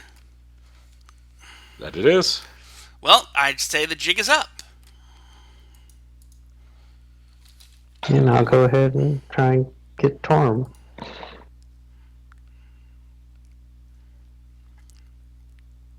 And I keep trying.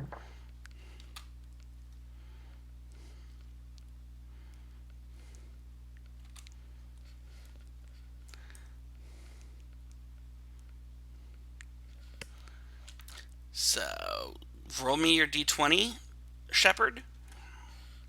Righto. So I believe she hits one of the illusions first. Yep. And misses cleanly. And another d20.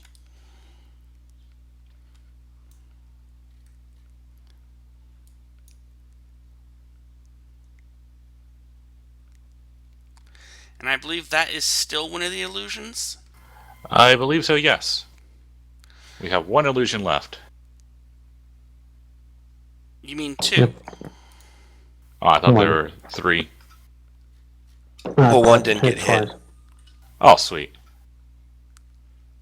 The first attack was a crit fail, so the mirror image didn't get hit.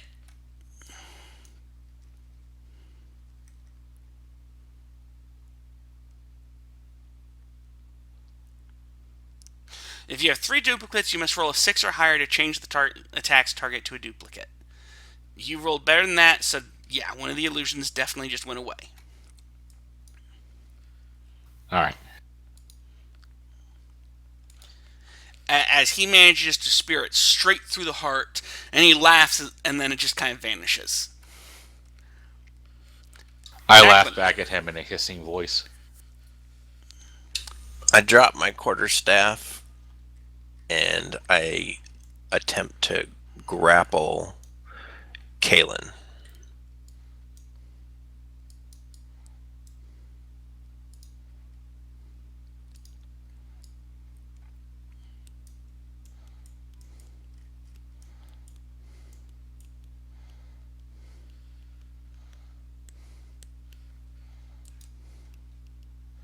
You have him grappled.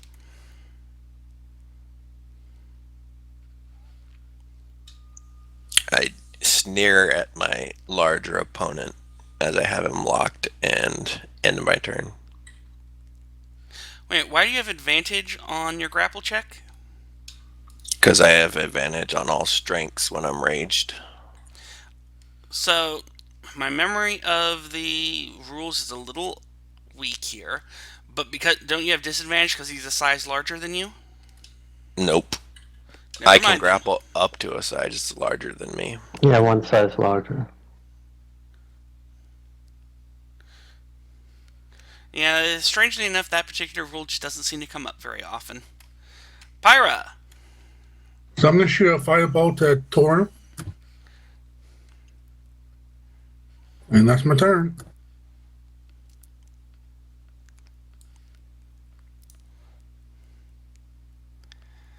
And let's see if that was an illusory duplicate or not. That Nope. was not an illusion. Not that that did a lot of damage. He kind of skitters across your scales harmlessly.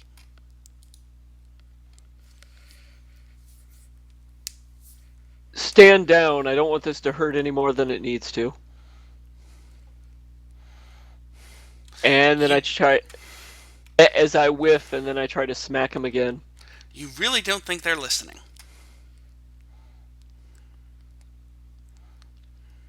Terrible rolls. Okay, I'll move and then I'm done.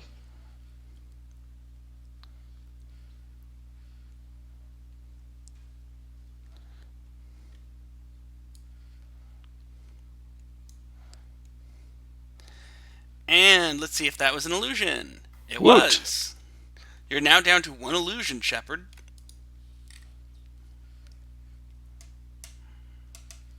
Wow, this is getting bloody really fast. I am going to cast Healing Word on myself as a bonus action.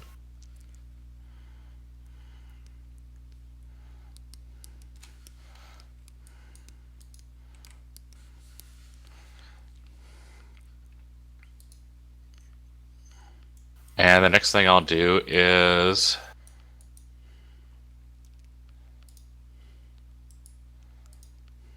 I'm going to bite the wounded one.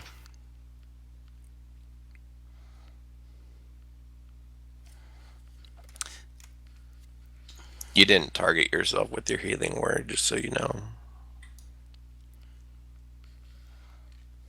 Oh. Oops. Fixed.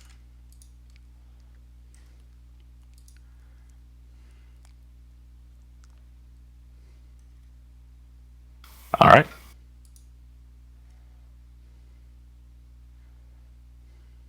And we'll try and shoot it again.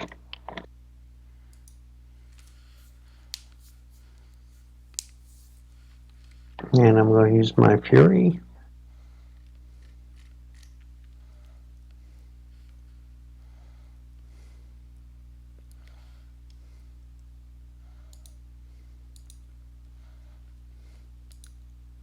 And I wasted my Fury.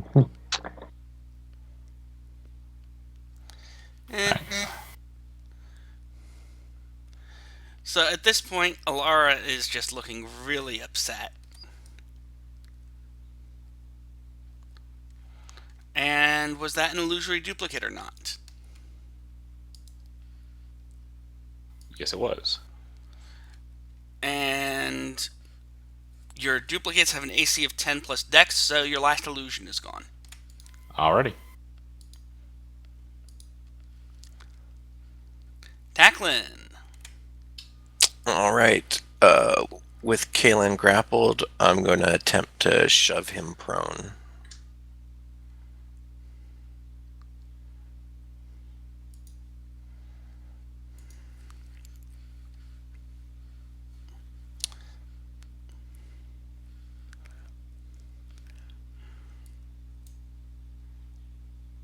He's not prone.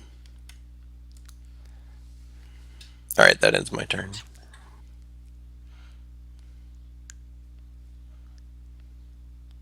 So Pyra. So I'm going to shoot the firebolt to Sindri.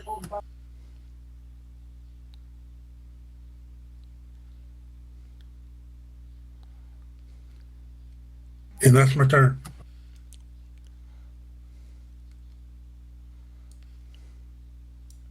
Poor Shepard. He's just getting turned into a pincushion.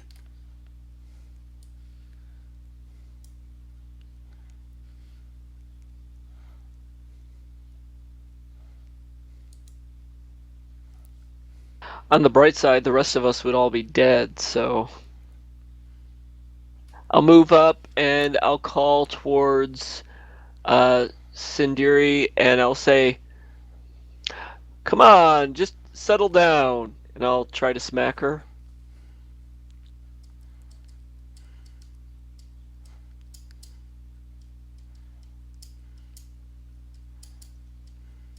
Alright, so that'll be non-lethal. Just trying to knock her out. And I'll move over a little more.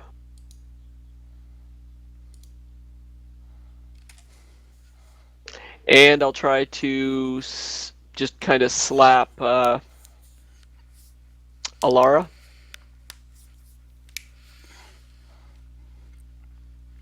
But she's not having it.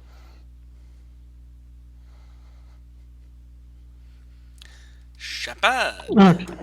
Shepard. Question. Did we level up? We have not... No one's gotten any experience from this adventure yet. Oh, okay. Because Shepard. technically the first milestone is supposed to be when you clear the village of goblins and then get into the keep and talk to the people there.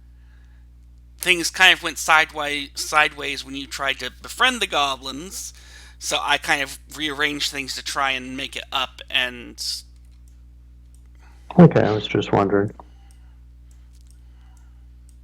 Shepard will cast Shield of Faith as a bonus action.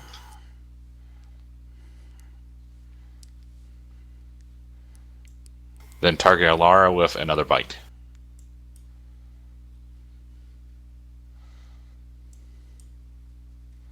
Alright, I'm not sure how I got 2 there. Because you're targeting yourself. Derp. Either way, it was a miss. And you're done? I am done.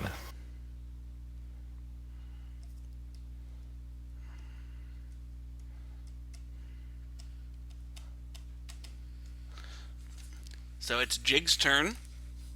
And I'll see if I can hit Alara.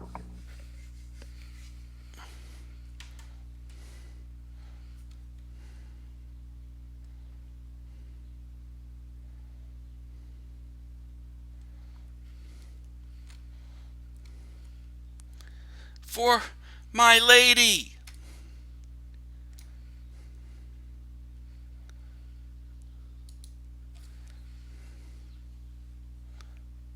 Tacklin? All right, I will move Kalen away from Shepard.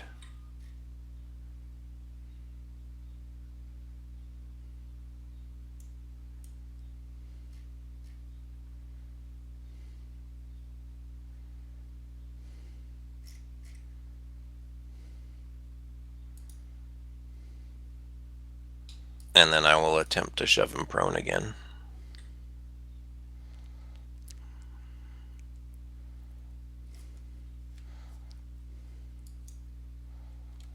And he is prone. Was he already prone? No? No, I failed the last one. Oh, okay.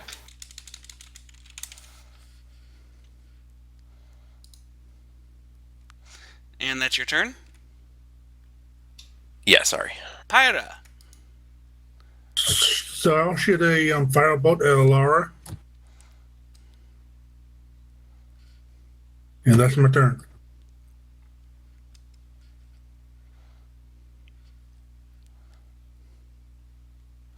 So Kaylin is going to try and break free.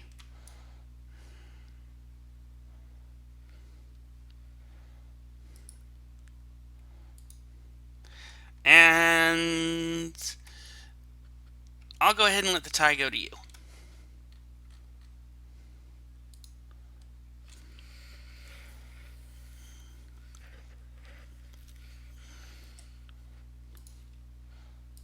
Come on, we don't have to do this.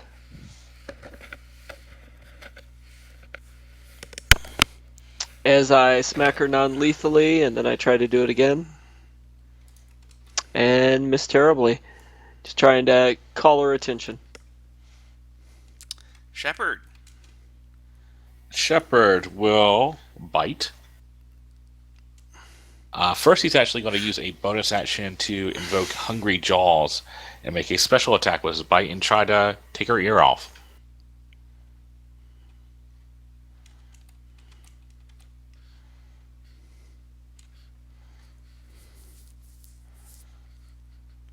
So I'm not going to get any healing out of that one. With the regular action, I will just do a standard bite.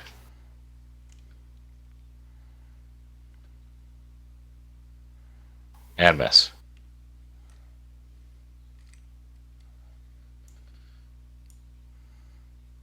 And I'll see if I can kill her.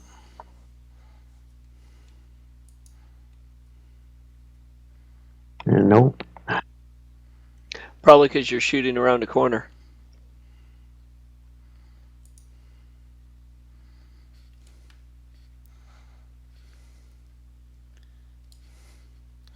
So Alara takes one last stab at Shepard and misses.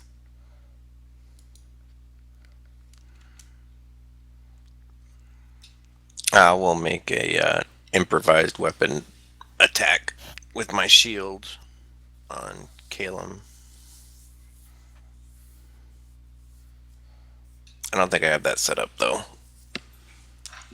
Is that a D20 plus what?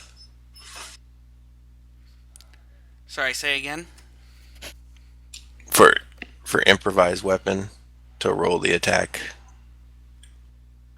So an improvised... What's your improvised weapon? My shield.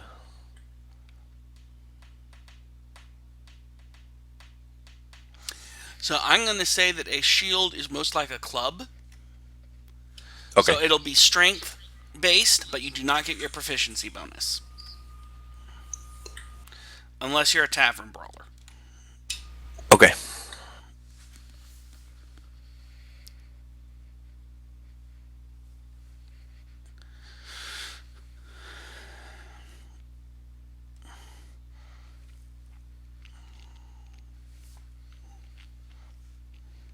Just give me a sec to add it.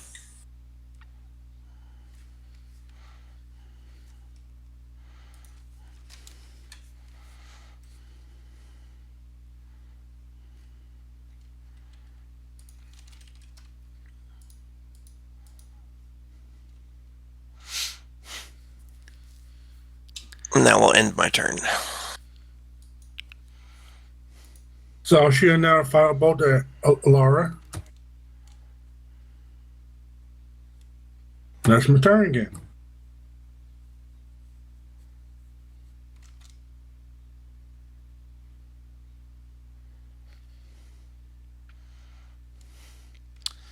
So Caleb tries to stab Tacklin.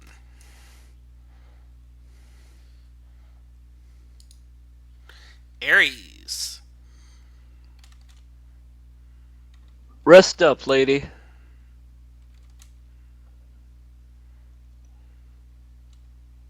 As I proceed to tell her to stop fighting and just keep missing her.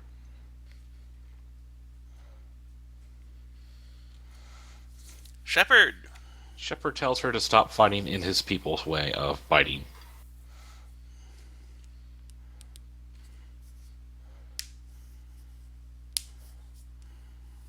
And miss. And let's see if I can hit her this time. I need to start getting better on those hits.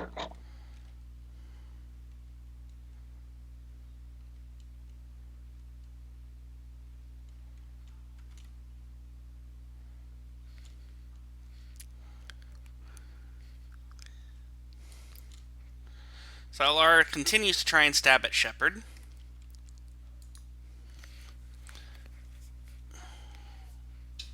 I will again make a improvised weapon attack with my shield.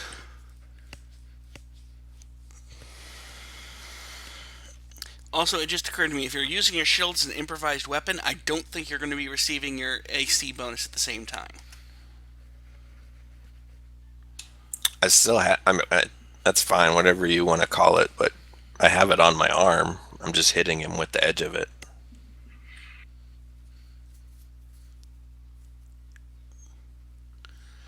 But either way, I missed, and that's my turn.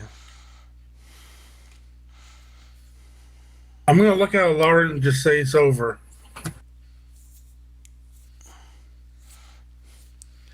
My service to my lady is not over while I yet live.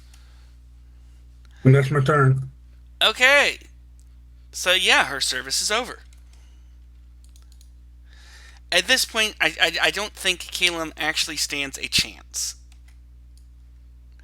But let's see if maybe he'll at least get one hit. One hit, is that too much to ask?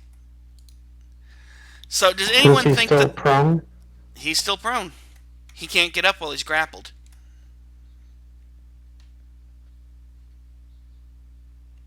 So at this point, between the fact that he can't break out of his grapple and he's been shoved prone, you guys are just going to slaughter him. So while they finish him off, I kind of pull Sindari, the one I knocked unconscious, out of the way and kind of prop her behind the table. I figure they don't all have to die.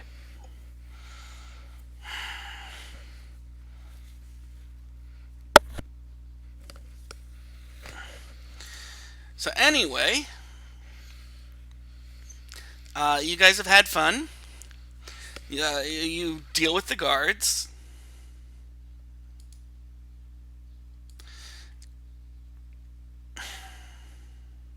Anything valuable on their persons? No, but you do notice that their lady has a very expensive ring on her finger. I spit it out of my mouth because I had her fingers in my mouth. Hey guys, this might be worth something. It's only worth about 750 gold. Doesn't taste good.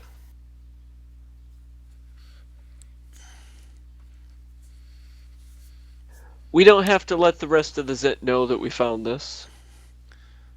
And I kind of wink. So, do you guys continue to loot the rest of the building? Yeah. So you guys go through, and there's not much of interest in most of these built rooms.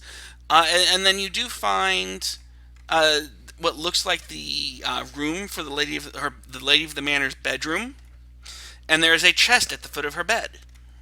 Do you open it? Is there anything else interesting inside the room? There is a there are various weapons on the walls. I got Mage Hand. We can open it with. So do I. So Is it locked? Do you use Mage Hand to open it? Yep. So you open it with Mage Hand, and one of the swords comes flying off the wall. Roll initiative.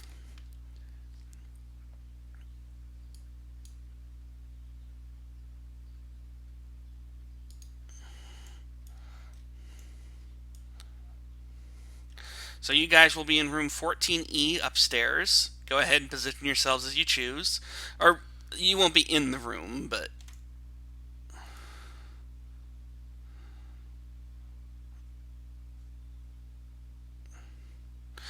just looking at the map, I have a question. How on earth would anyone get into room 14C? Isn't that the room with a ladder between the bottom floor and the first floor? Yeah, there's a ladder. It's just when you zoom in, you can't see it very well. Oh, I see. Never mind. Yes, that makes sense.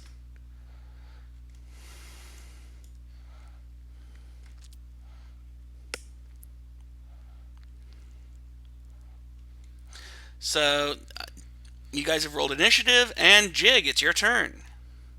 Okay. Firebolt.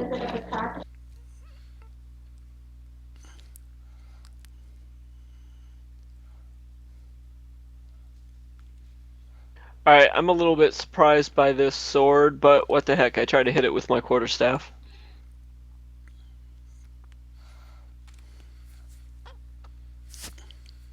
And then I try to, as horrible as this sounds, just kind of smack it. And I'm a little grateful that I didn't hit it with my smack. Shepard will drop his staff and then try to grapple the sword. Lord. You have the sword grappled. Are you sure? My roll was horrible. A good question, actually. What is the sword's... what's your strength? -1? Okay, yeah, you do not have the sword grappled. Wow. It looked magical. It is magical. I scoff at Shepard and move forward and say, "This is how you grapple." This is how, you do it. Don't know how you grapple a sword. By the hilt. So, Tacklin manages to take hold of the sword's hilt. And it immediately tries to fly into his face.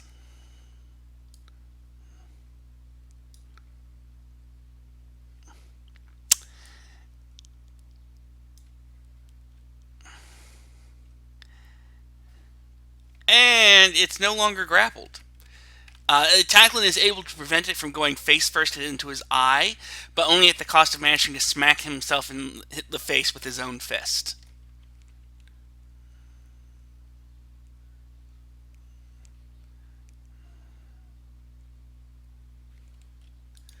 Also, are you still raging? Yeah, that's why I wondered. I didn't take half off. Well, actually, the thing is, your rage would have ended. Yeah, it would have ended, huh? Well, I meant to rage. Is a flying sword considered a magic weapon?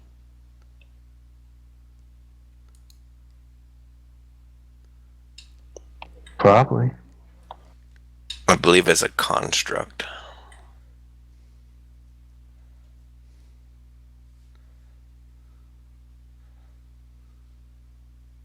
I have no clue why that didn't resist.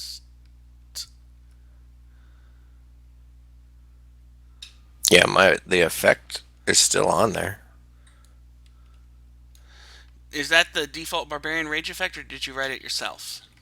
That's the default one I got from Fantasy Grounds. Not sure what's going on there. But it didn't actually change anything here because you weren't actually raging, so... That's fine. I'm gonna move into the doorway and shoot a firebolt.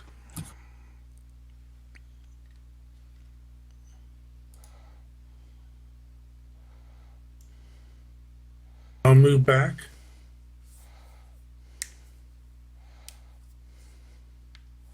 And that's my turn.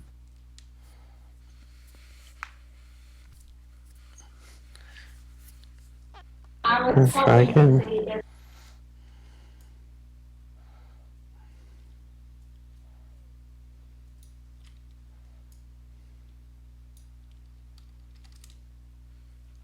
All right, I'm gonna try to smack this sword around some more.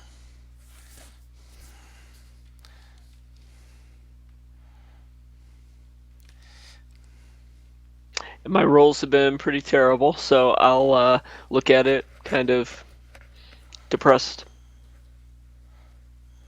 Shepherd will try to bite the sword's hilt with his teeth.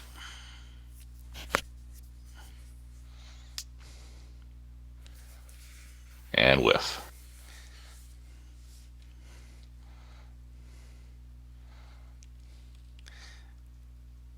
Poor Tacklin has failed a death save.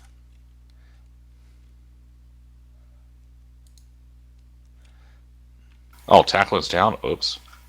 Do you want to retroactively give him a healing word? Oh, yeah, I'd do that. Tacklin, it's your turn. You can have however many hit points get rolled your way.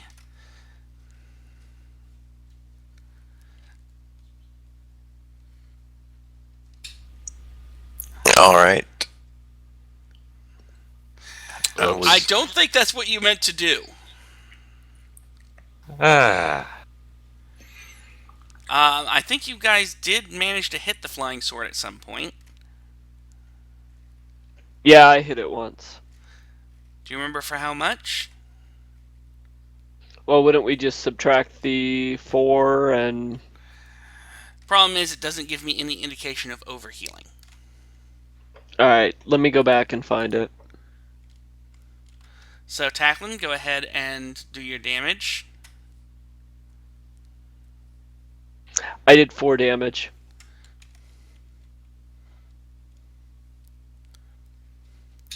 All right. Realizing my folly in grappling a flying sword, I just attempt to hit it with my quarterstaff. It's kind of amusing that it's immune to all sorts of other things, but not grappled.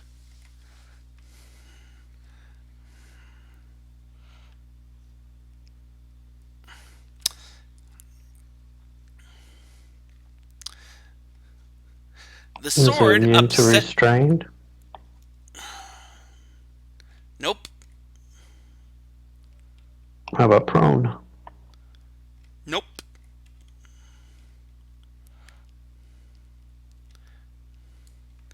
So the sword, realizing its mistake, turns and tries to fly into Shepard's chest.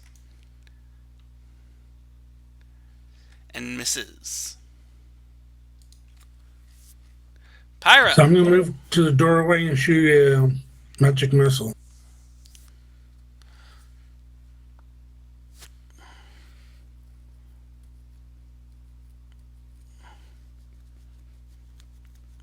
And that's my turn.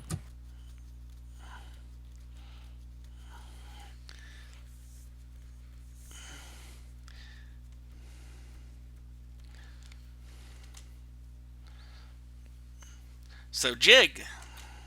It's dead.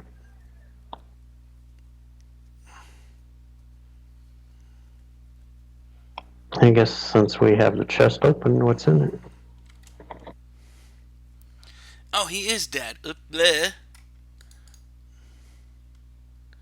Yes, DM may be experiencing a small degree of fatigue.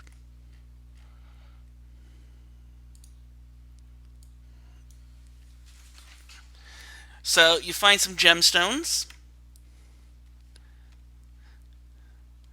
4 of them worth 100 gold pieces each. A silver jewelry box worth 25, containing 3 gold necklaces worth 250 each. And a silk pouch containing 180 silver. Well, we never saw this. You guys don't... They really only asked us to take care of them. They didn't say anything about us keeping loot, so... Yeah, just secure the tower. And the tower is now nice and secured. I collect the remains of the flying sword for later artisanry. Okay. So you've cleaned out the tower, and everyone gets 300 experience, And because of the weird nature of a Great Upheaval and the fact that it's trying to basically speed you through the first 5 levels, you guys just gain a short rest and level up during the short rest, if appropriate. Shepard, I doubt 300 experience levels you. Nah, I'll just take it. But everyone else, congratulations, level 2. You do not regain spent spell slots, but you do gain additional spell slots, and wizards may use Arcane Recovery.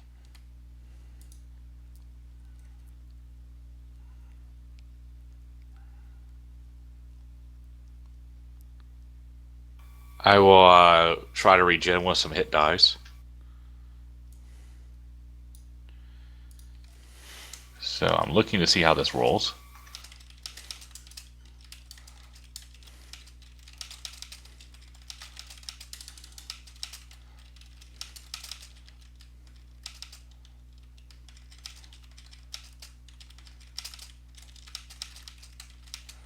And I will also use Cunning Artisan to fashion some darts out of that sword because it's a construct, right?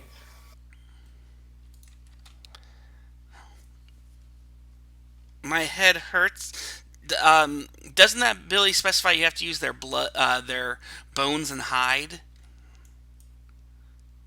Oh, that is true. It just has an interesting array of like different race types. I guess that's for flesh golems. You should make a sword out of it.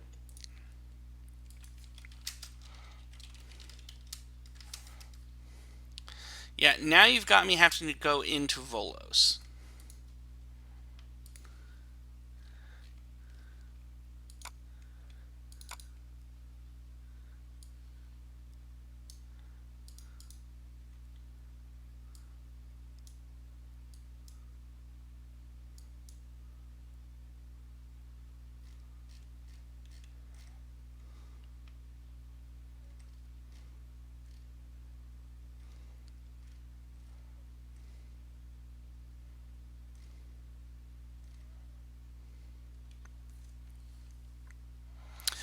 Okay, you can harvest bone and hide from a slain beast, construct, dragon, monstrosity, or plant creature of size small or larger.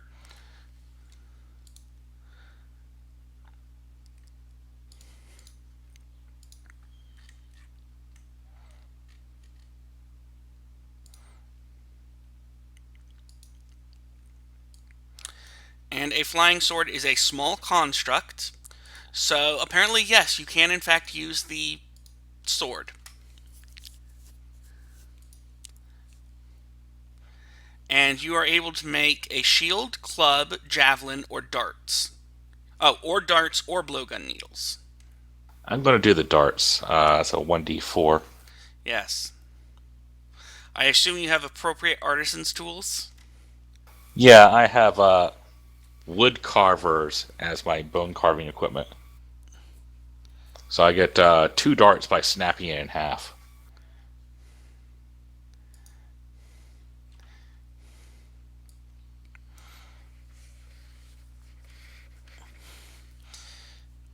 That just feels weird.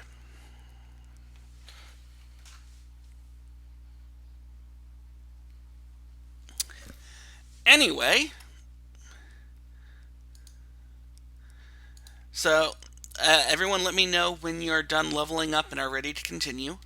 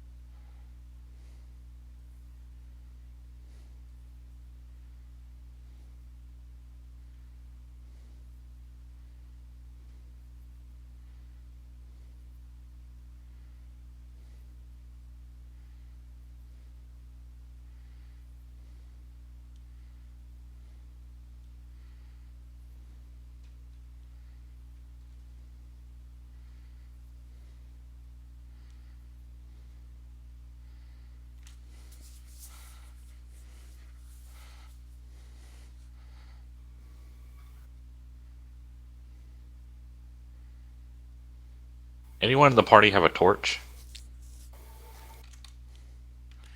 Okay, I'm seeing 4 of 5 readies. I'm almost done. Actually, we need a hooded lantern more.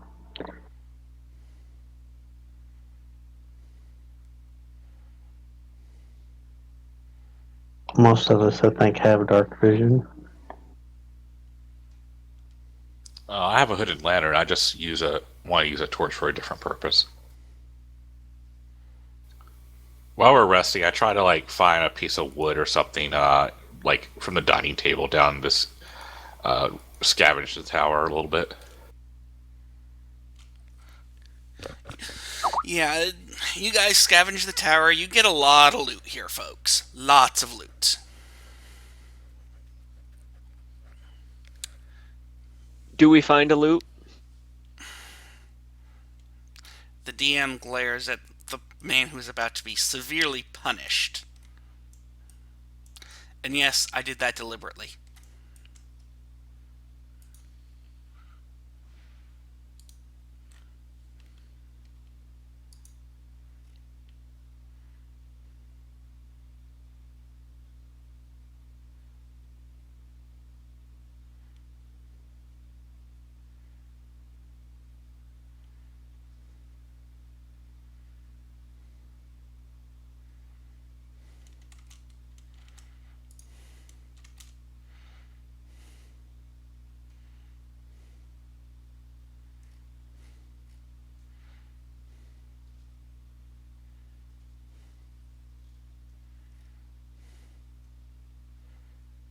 All right, I'm ready.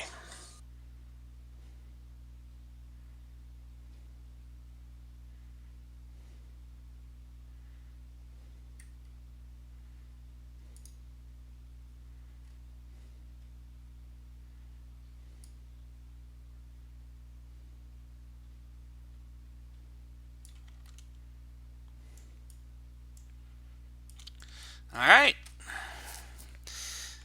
Now comes the part that I hate with an unholy burning passion. This, by the way, is stupid. We raised the gate behind the Zentarum, right? No, we didn't. Nope, we never You said guys we did. hear the goblins and the Zentarum starting to shout angrily. And you hear the goblins pulling out their horns and blowing on them. And bluntly, I am not running you against 22 orcs.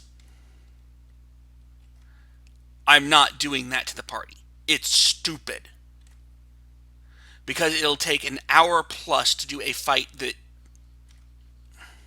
Really isn't a fight. So does anyone object if I just narrate past this? Nope. Nope. Sure. Can I make a suggestion? Sure. If they attempt to breach the walls, I will light one of the sheep on fire and either toss, roll, or otherwise disturb the orcs that way. Or just have the elves come early. Well, I think when I say narrate past this, I should say we're going to do this fight cinematically. Oh, okay. I ready my tactical sheep.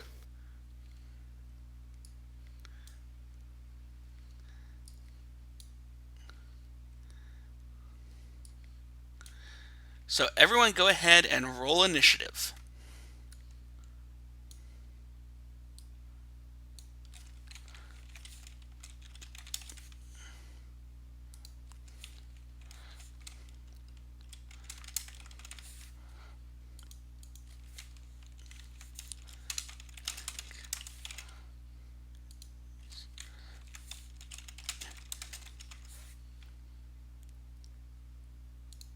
So I hope you guys enjoy how I'm trying to hack this into something that's halfway sane. Because as written, I mean, I'm not joking. 20 orcs, their chieftain, and, Shaman. yeah, it's insane. Yeah, I've run that fight straight up, and it does derail an entire session. Frankly, I learned my lesson from when I did this in person. I'm not playing that game again. This is going to be done cinematically because this does not work otherwise. I'm sorry. So anyways, the party comes charging out and you see a large horde of orcs coming up from the west. And the goblins in the Zentrum are deploying to the walls and the watchtowers. Ares, how do you impose your will upon this battle? I try to raise the bridge. Some of the Zents are already getting the drawbridge raised. So you pitch in and you help them, and the bridge is coming up. But those orcs are coming on awfully fast. Tacklin, Alright. how do you impose your will upon this battle? I cast Shillelagh on my quarterstaff and take the dodge action and wait for the orgs to get close enough. I'm not charging in there. So the goblins jump up onto the wall and start shooting bows. They pepper the orcs as best they can, but they're goblins. And the enemy are orcs. They do some damage, but all they really do is tick the enemy off. Pyra, how do you exert your will upon this battle?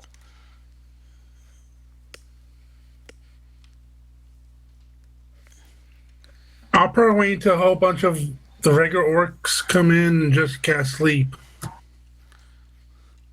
So you're holding action for the moment? Yes. So the Zentrum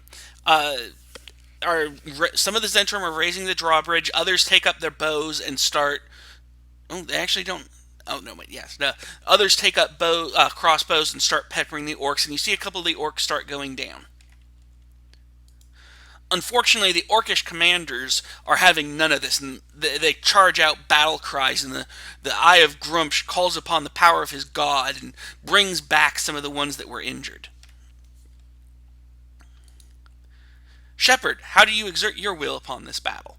Shepard uses his perception and wisdom to try to figure out where the weak points in their siege might be, based on their cursory walkthrough and what he can see of the orcs attacking. So you can see that the orcs are basically coming in as a mob, charging straight towards the gate. It doesn't look like they're trying anything in the way of finesse. This is a brute force attack. However, you do notice that the orcs are already injured. Several of them are sporting fresh bandages. A couple of them, it looks like they've taken some pretty nasty hits. One of them is missing an entire ear. Interesting. I'll start herding my sheep over to the most likely point of breach and getting them ready for the battle. So the orc main body just charges in as best it can. And it gets, about halfway to the gate, so let's say it's about here. And I'm not leaving it at that scale, because nobody can see it. So there's the orcish horde for now. Jig, how do you exert your influence upon this battle? I'm just gonna go up on the wall and start shooting firebolts at the boss. So you're targeting the orcish commanders? Yes. So the orcish commanders see these firebolts coming in, and they're forced to dive away from their original plans as firebolts rain down upon their heads. Thanks to you, you've managed to disrupt their command structure, and the orcs are basically now an undisciplined mob. Ares, so you've managed to get the gate shut. How are you? I don't really have good range capabilities, so I guess I don't know. I go inside and I kind of wait to see if they breach the bridge. If they breach the bridge, then I'll try to subdue them. I guess I'm rallying the goblins. Done. Under Ares' command, the goblins take heart and actually take the time to aim instead of just shooting off arrows in the general direction of the horde. You notice a couple more of the goblins have gone down, or a couple more of the orcs have gone down, but the goblins are exposing themselves more than they were earlier. Tacklin. I joined the goblins on top of the walls. I cast good berries and pass them out to any goblin that looks like it might have taken an attack. And if no one's taken any hits, I just pass out all my good berries. So, just to make certain everyone understands, you are not. This isn't an actual combat round. This is an opportunity for you guys to tell me what you're doing in general. You don't need to say, well, I use my action for this, my button, that, blah, blah, blah. So, for example, Tacklin is just reinforcing the goblins by passing out good berries. Yeah, there we go. This is a very cinegraphic way of doing this. Are you guys familiar with Avengers 2, the intro scene? Absolutely. That's what we're doing here. Everyone's getting a chance to do something to shine. Montage. Montage style, yes. Because frankly, that works better than trying to run this in initiative. So the goblins, rallied by Ares, just start picking off orcs as best as they can. Under his command, they're actually proving surprisingly effective. I mean, normally orcs would eat goblins for lunch, but these goblins are giving a great accounting of themselves. Pyrrha. I did rainy action to cast sleep when enough orcs got together. Say again? Add sleep ready when enough orcs got together.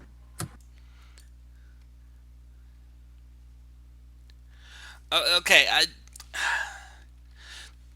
I thought I explained this, but we aren't actually following standard combat mechanics. Okay. Just narrate out the general idea of how you're trying to influence this battle. So if you're just going to continue waiting for the right moment, that's fine. Just go ahead and say that. Yeah, I'll just do that then. So the Zhentarim, now that they've managed to get the gate shut, a couple of them they get the drawbridge pulled up. A couple of them start grabbing rubble and start trying to pile it up in front of the drawbridge to form a makeshift barricade. And the orc commanders do their best to give out some orders. Unfortunately, the fireballs raining down upon their heads is just distracting as all heck, and they're not as effective as usual. Shepherd.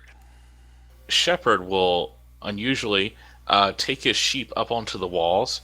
And he's basically he's got them in a line, just kind of going forward by all the goblins.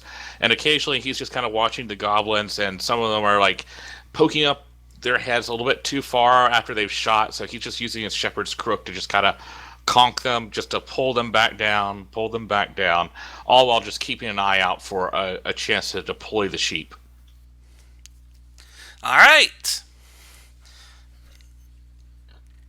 And the orcish main body charges in, and they're at the gate.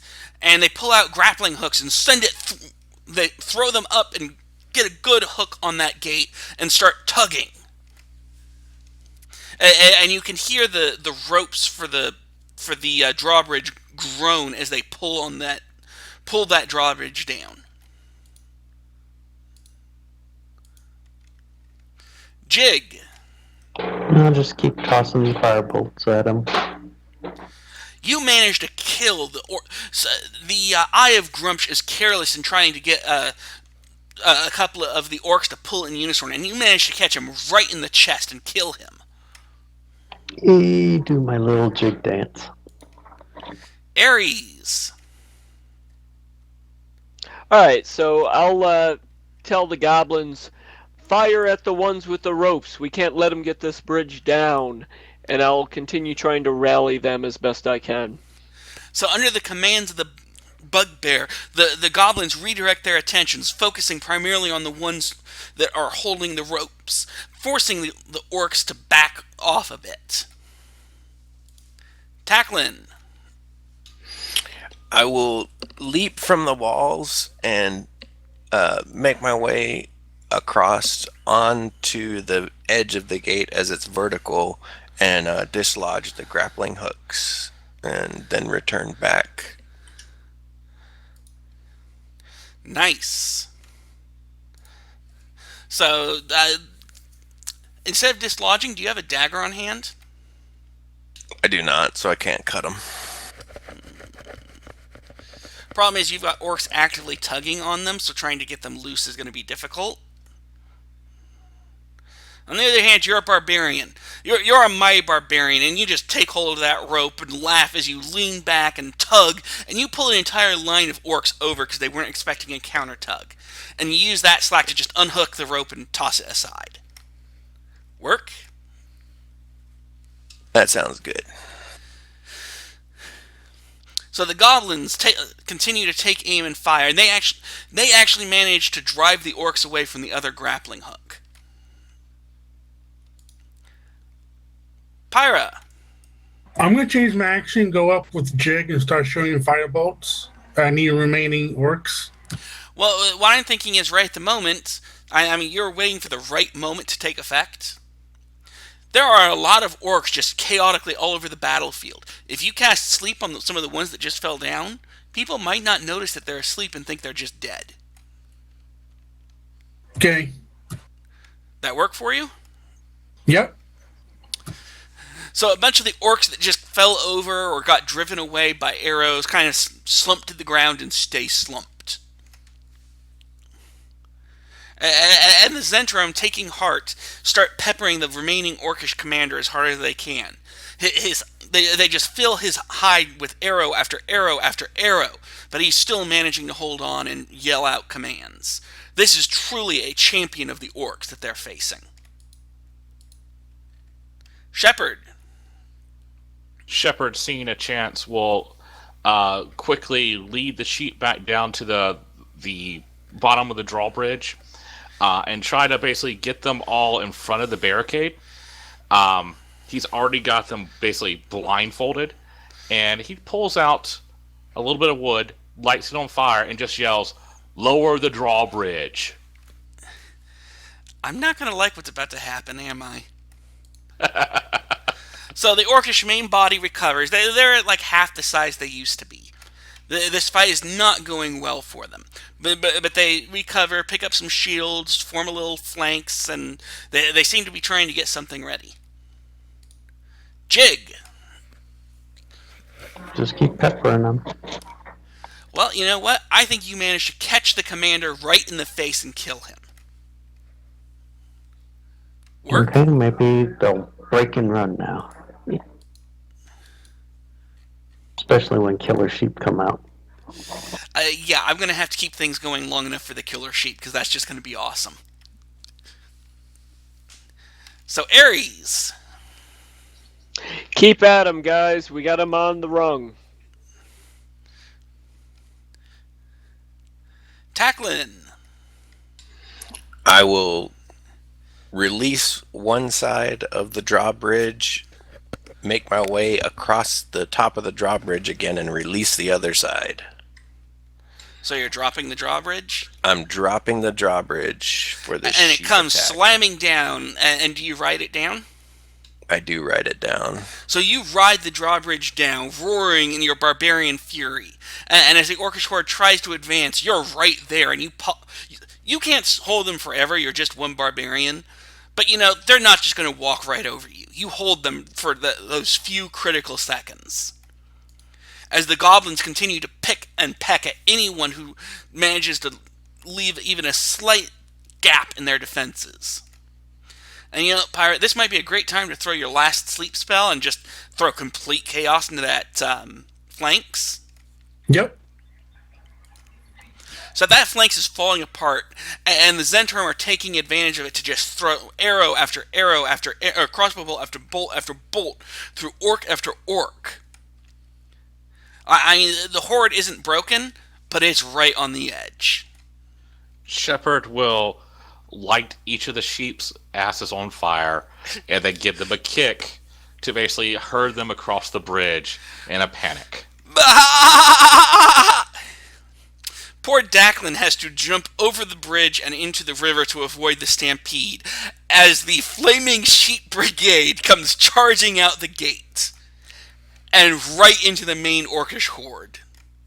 The smell of burning pork and burning mutton fills the air as the Orcish horde is trampled into the dirt and burned by the sheep. So, you guys have managed to win the battle and gain 600 additional experience. And I hope you guys enjoyed that more than trying to do that in narrative would have been. Yay! Yep, that was much better. We also have a lot to eat now. And it's already cooked. Lord.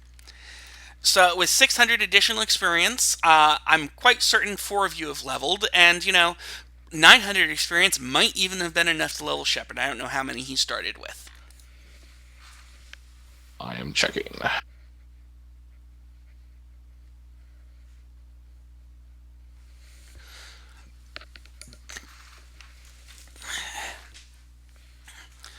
I swear, if you guys keep this up, we could finish the entire chapter in one night. That would be amazing.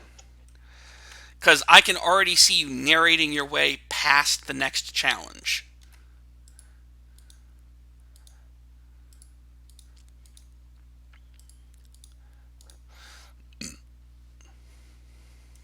Shepard will not level today.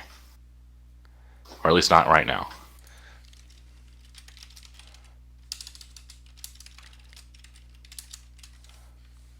So I've got a leveling vote going. Just let me know when you guys are ready to continue.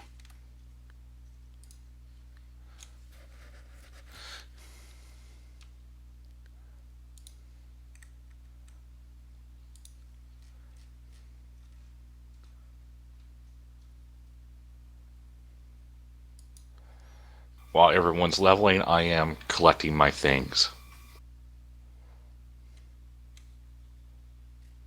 From all the orcs.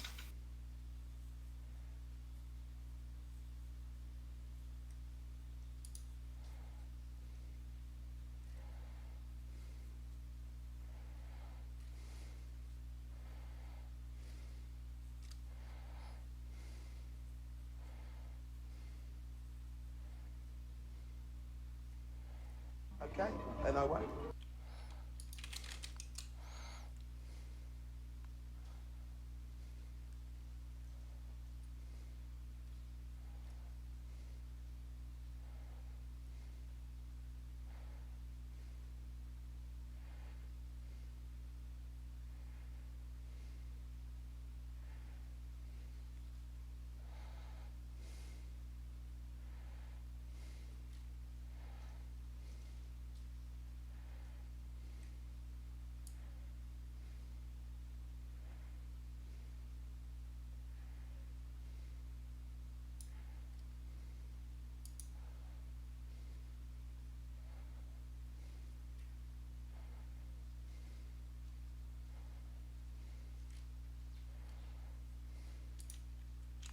Oh, you guys are all finished leveling when I wasn't watching.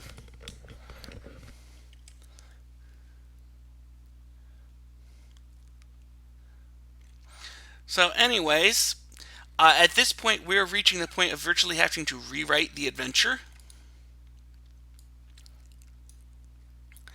So the Zentrum look around and are quite happy with their new goblin allies, but they're like, why don't you get the rest of the tribe to come on out, and we could really use the villagers back. They're a pretty important part of keeping this town running. We'll just have the goblins be the new guard force.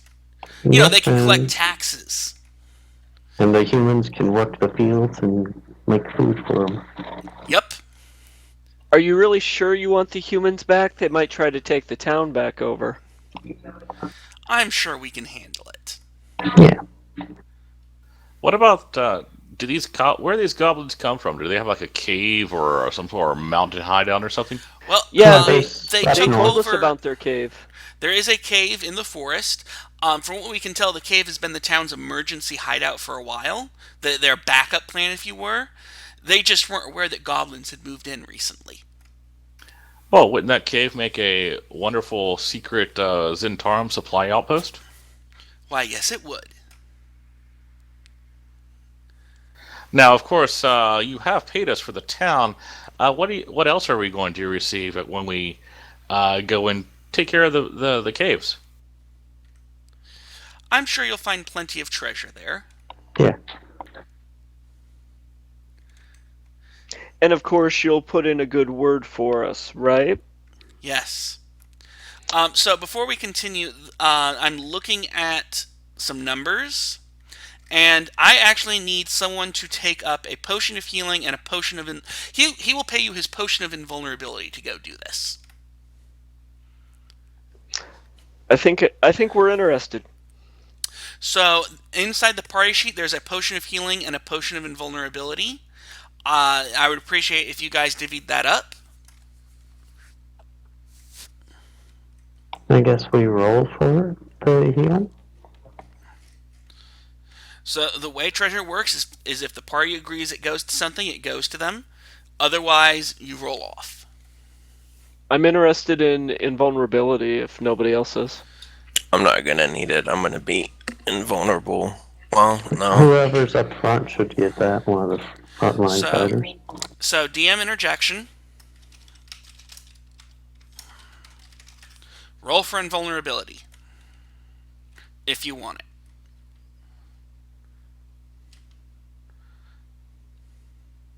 Because I'm not hearing what sounds like a decided it should go to XYZ.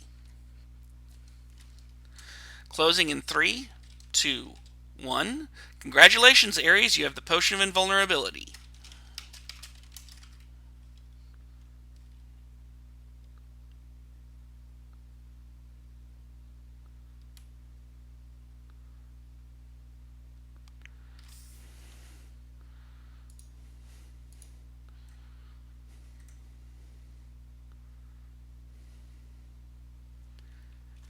So, closing in 5, 4, and closed. Congratulations, Shepard. I believe you won the potion of healing. Yeah, I think I have another one on from my previous adventure. I just haven't managed to put it on my character sheet. Let me figure this stuff out. Well, you can, if you go to, okay, open your character sheet, and then open the party sheet side by side. And on the party sheet, you should see a tab that says inventory. If you click that, you'll have to scroll around a bit because you'll see you guys have picked up quite a bit of loot. Sweet, a chicken. Please note, a lot of this actually isn't available loot. It's a case of, well, so AO rules, I'm not allowed to substitute, I'm not allowed to change what treasure you get. I am allowed to move it around. So all the loot you guys didn't take from the town because you left it for the goblins, that pay, I went ahead and put it in here, and that's the pay you're getting from the Zent guy to do his bidding. I'm gonna take the stuffed teddy bear if no one wants it. I'll allow it. You buy it off an orc for the appropriate value. But It's anyways, not worth anything. Shepard, do you see the potion of healing in the box?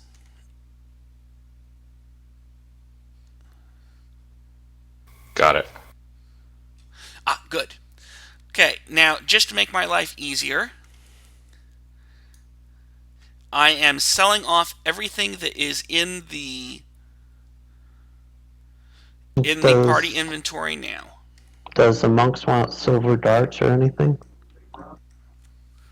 I'd be interested in them, but if they're worth some money, I'd say just sell them and split them. Okay.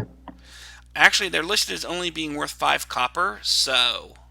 Oh, in that case, I'll take them, because darts is all I have for ranged weapons right now, anyhow. And plus, they're more expensive than that. So go ahead and take them out if you'd be so kind. Looks like you're going to have to do it one by one. That's just painful to watch.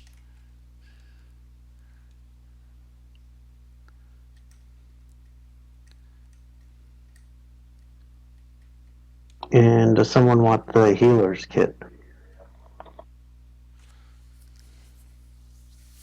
I already bought one. I thought I had one, but apparently I didn't put it here on the character sheet.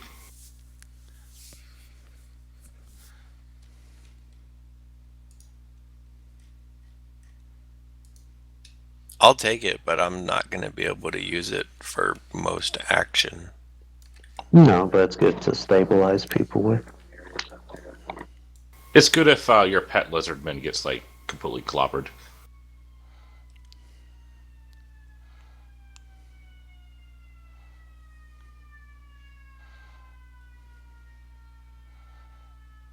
And I can't see anything else where we could use it or need it.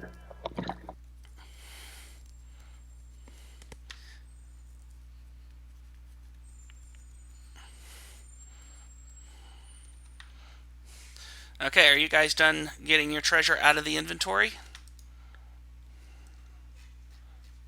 Yeah, I would say so. Alright. Cha-ching! Good Lord in heaven. Ooh. Oh my. Those gold necklaces helped a lot. And you know, I could have sworn someone said you didn't get a lot of treasure in the first part of this. Well, normally people don't take up the keep guards and stuff like that. Who says evil doesn't pay? We're that's not evil. We're just good at what we do. That's not the split, though, right? That's the total. That is the Yeah. total, so each of you is only going to be getting up like 500 odd. Did I just say only 500 odd?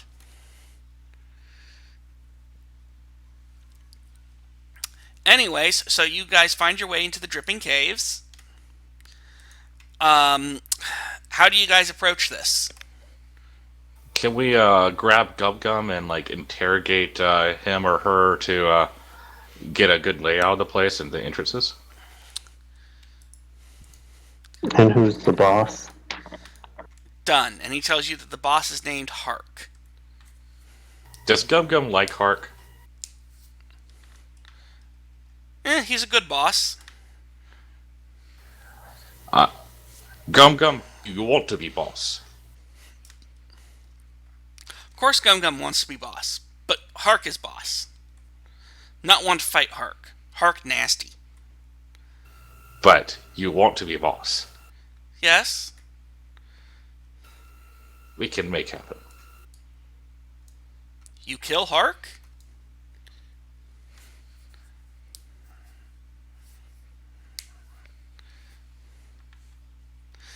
So anyways, how do you guys approach the cave? Well, does Gum Gum tell us, does he know, like, how the defenses are set up and He kind of everything? shrugs. Not really defenses.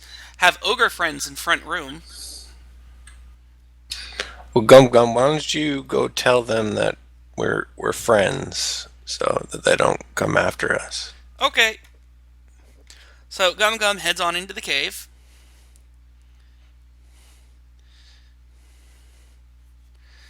And let's see how persuasive he is. He's reasonably persuasive. So he comes out and says, yeah, ogres let you by. Hark wants to talk to you in room 9. Let's go. So Hark is, let me pull up the details and refresh my memory.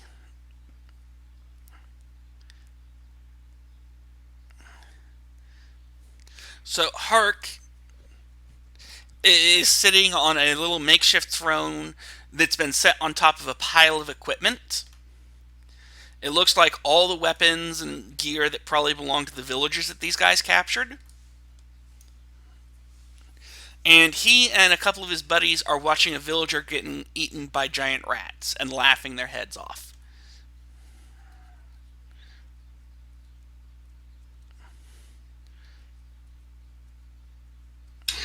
Hey, Aries, I think this is your cue. I don't speak Goblin.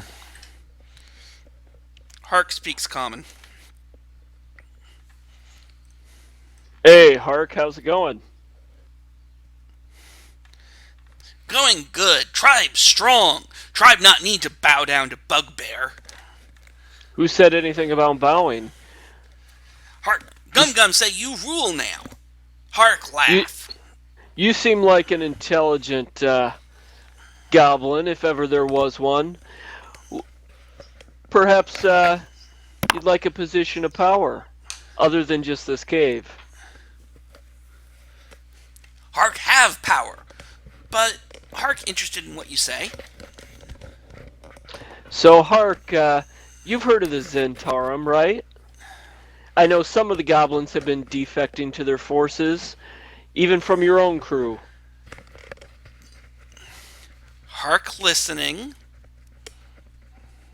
Imagine if you weren't just leader of these goblins. Imagine if you were a high officer in the Zentarum. You could be managing this whole... You cut off managing this whole...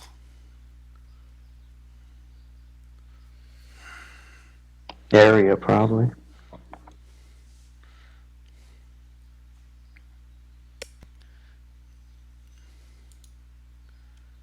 Aries, I can see... I saw your thing light up, but I didn't hear a word. Hark can be regional manager.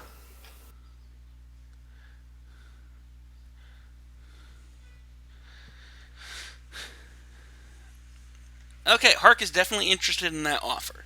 Definitely interested. Hark get paid? Hark definitely get paid, but before Hark gets paid, Hark has to buy in to regional managership. Part of Zentarum arrangement. What the price? You need to let the humans grow food for you. Yes, humans grow food for us now. Their boys are big and strong and meaty. Yeah, but they don't last that way. You let them grow the food, and then they keep giving you more and more food. I pull out the chicken out of my robes and just kind of give it kind of a squeeze so it squawks. And I just say, human grow this food. Hark like this plan.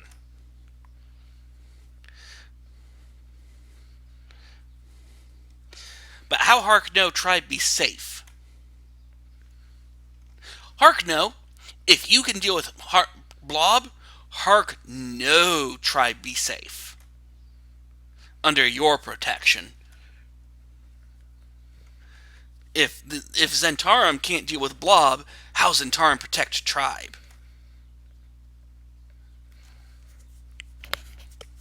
Zentarum can do whatever they want. And who is this we need to take care of? Dark Blob. It kill goblins that go for water in Area 3. Okay.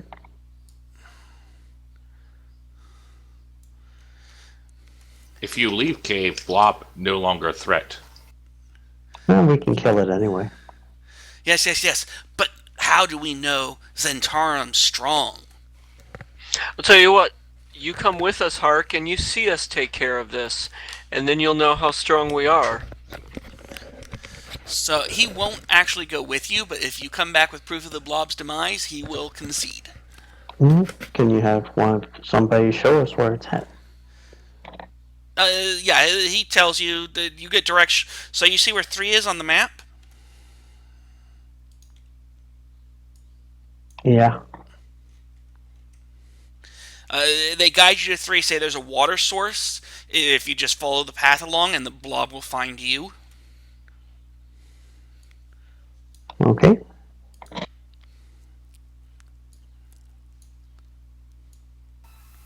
I guess we go find the Blob. Shepard says in Draconic, I don't trust Hark.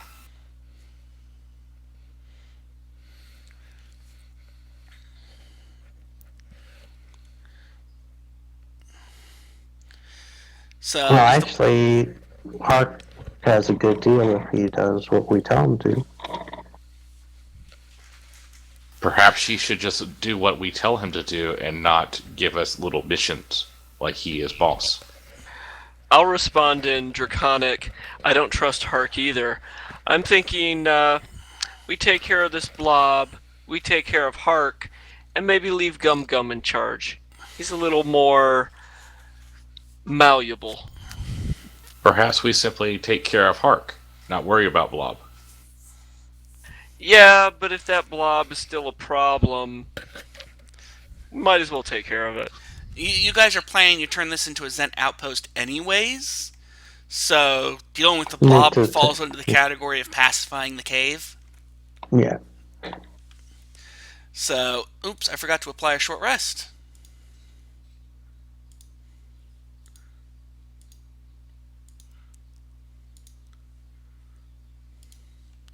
So anyways, you guys head off towards Area 3, and the map, from past experience, the map here is too cramped to really be fun to play with. So we're just going to do this one theater of the mind. But how do you guys proceed?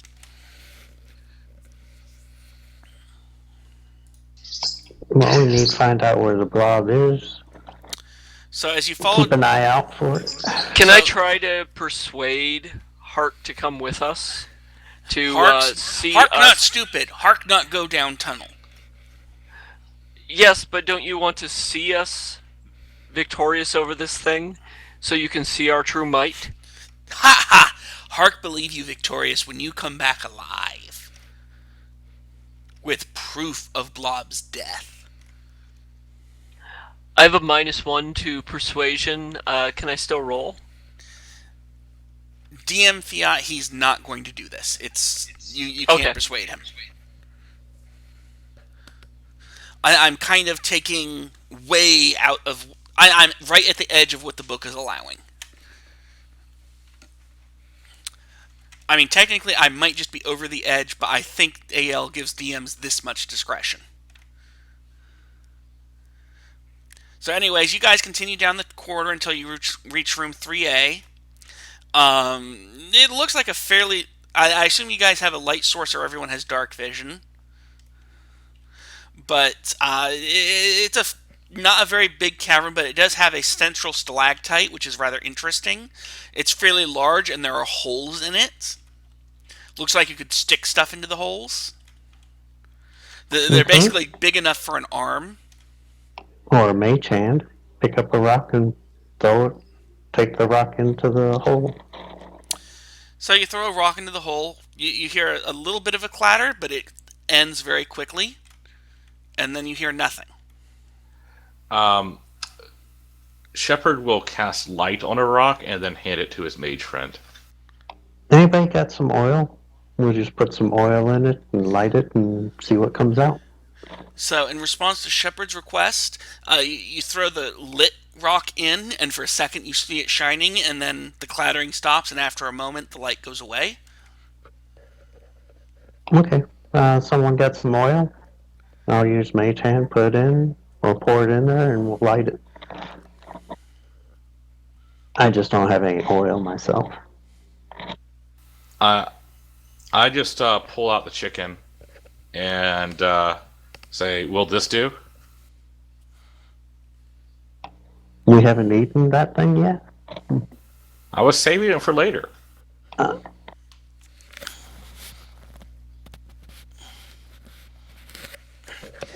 That's better than the character that made it a pet and had it sitting on his shoulder. Well, I Like got a a teddy parrot. bear now. So I will kind of hold my torch just underneath the chicken, so you can mage hand it and throw it in there as well. So you're going to throw a chicken grenade?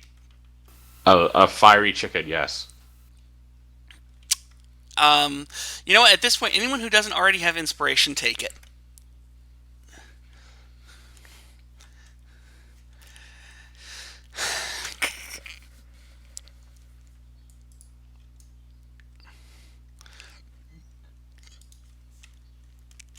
No, it's going to be extra crispy. So at this point, roll initiative. You toss the chicken in, and then suddenly black, inky glop starts pouring out of the holes in the spire. That can't be good. Shepard. Oh my.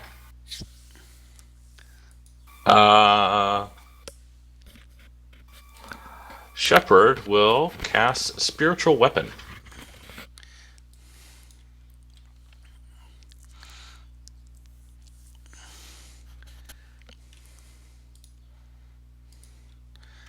Well, there's your target.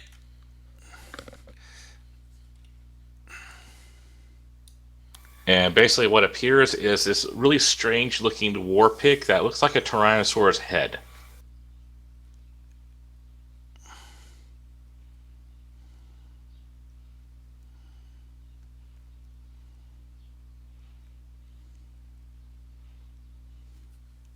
And then, is that a... I think that's a bonus action, is it? Spiritual Weapon is a bonus action, and you hit. So go ahead and roll your damage. Don't forget you want to apply it to the pudding. And you have your main action left. Are you going to Sacred Flame it? You betcha. Yeah, and we're actually running this one Theater of the Mind, by the way. Also, you can't drag your token onto the map. Oh. I couldn't seem to get it targeted. Just use the combat tracker. Oh, that works.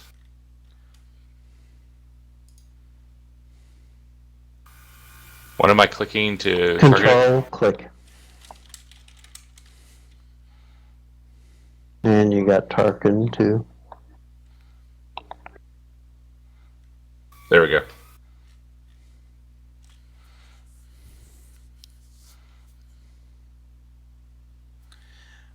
Don't you need to throw a save out first? Oh, I'm sorry, yes.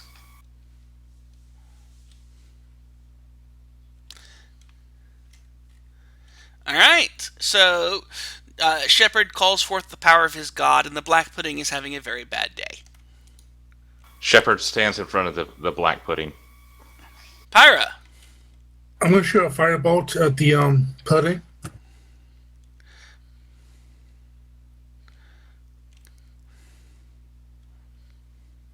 And I'll move back.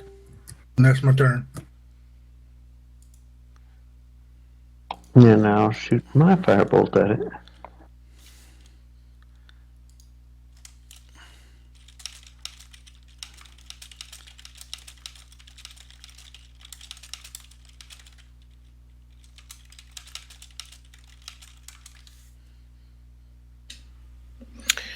I'll cast Shillelagh on my quarterstaff and hit it.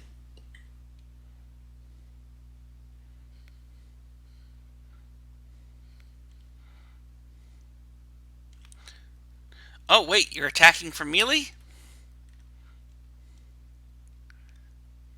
Yep. Too bad you turned your weapon magical. But as you hit it, you managed to send a good chunk of it splashing away onto yourself. And boy, does that burn.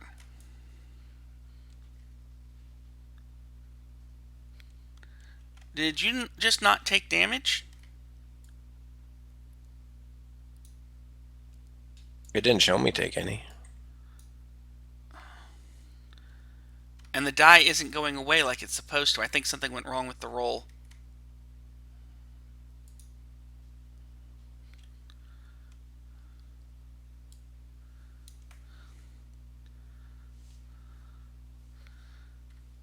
And it's the pudding's turn, I assume? Yeah. So, you stepped up to say hello. It's not happy with you, Tacklin. But you managed to get nimbly out of its way. Ares! Alright, I see what happened with Tacklin, and then I kind of think twice about actually punching it. So I throw a dart at it instead. Actually, here's what's fun. You have to be within 5 feet of it for the splash to occur. I don't know that though. Fair enough. The dart is destroyed, however. Okay. And is that your turn?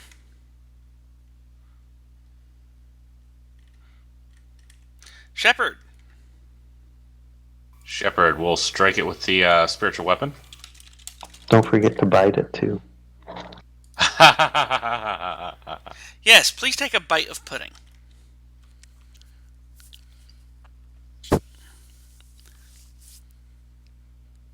And with his bonus or regular action, we'll Sacred Flame it. Ha. Don't ask me how a black pudding nimbly dodges aside, but it does. So I'll share now firebolt at the pudding. It's feeling toasty. Maybe a little too toasty. Would you please Yeah, that's lay my off turn. my pudding? And try my firebolt. It's kind of hard to miss a pudding. I thought you were about to roll a 10 as well, and I was going to scream. Nah, I gotta let Tarkin have fun too. Well, I will. since Tackling can't possibly do 15 damage, I'm good. I am Okay. not even going to try. I'm going to disengage and move next to Ares. And is that your turn? And I drop my quarterstaff and grab his and cast Shillelagh on it as a bonus action. Can I ask why? Because that seems to corrode things. Well, your staff wasn't actually affected by it. Okay, just I to took check that you acid understand, damage, just to make certain you understand, the shillelagh is only the shillelagh effect only occurs as long as you are holding the weapon. Okay, then disregard.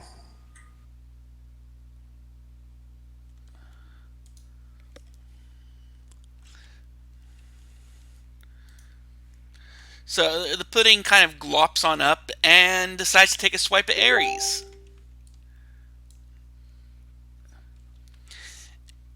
Ares, what are you wearing in the way of armor? Traveler's clothes. Well, Ares is now down on the ground, smoking and absolutely naked. As the black pudding manages to swipe him right across the chest, and it just covers him in this smoking, acidy goo. And so sorry about the nakedness. Shepard. Shepard disrobes, steps in front of the black pudding to try to draw his ire, and then uses his spiritual weapon and Sacred Flame. Okay. And the black pudding is almost certainly dead. Wow. Okay. It's got a -3 on its dex saves. How is it making these? Oh, that's horrible. Pyra, would you kill this So I thing should- already? Now fireball and see if I can kill it.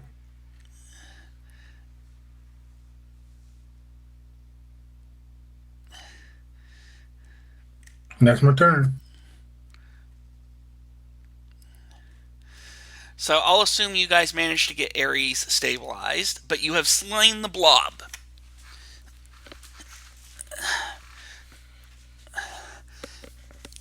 I'll use a spell slot to burn Healing Word on Ares to make sure he's up and about.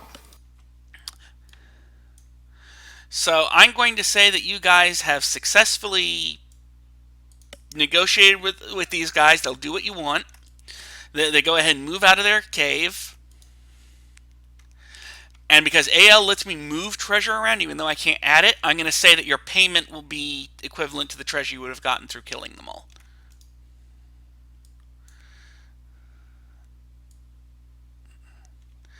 Not that there's much in the way of treasure in here. We'll still take Hark for every setting he's got.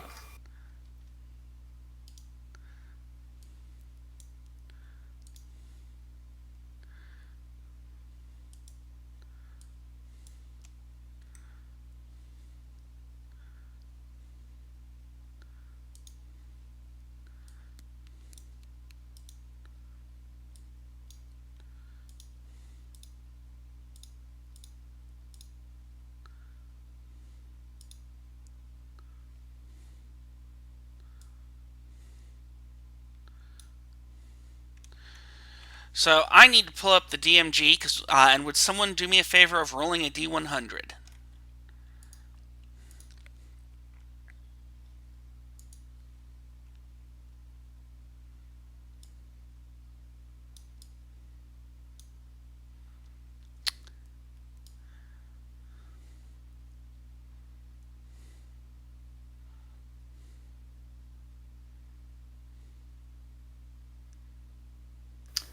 Zero 4.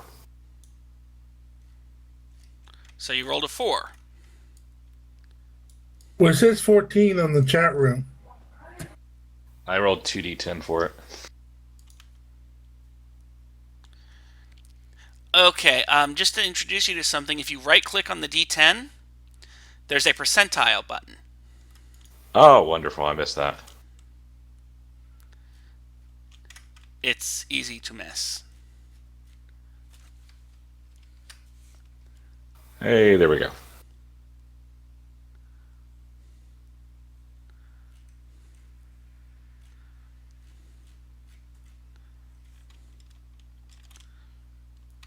Congratulations, another potion of healing.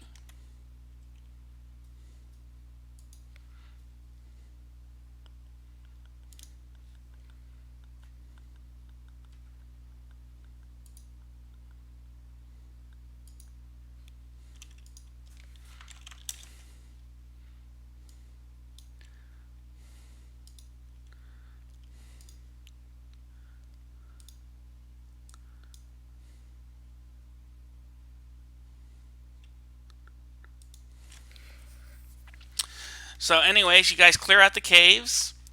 The people are kind of upset that you've basically sold them into slavery with the goblins. But you clear out the caves. People are sent off. Nightstone is repopulated. And the Zentrum guy you were talking to earlier is sitting in the castle with 4 dead guards in front of him, cleaning his dagger off. You notice he's cut the head off of each of the guards.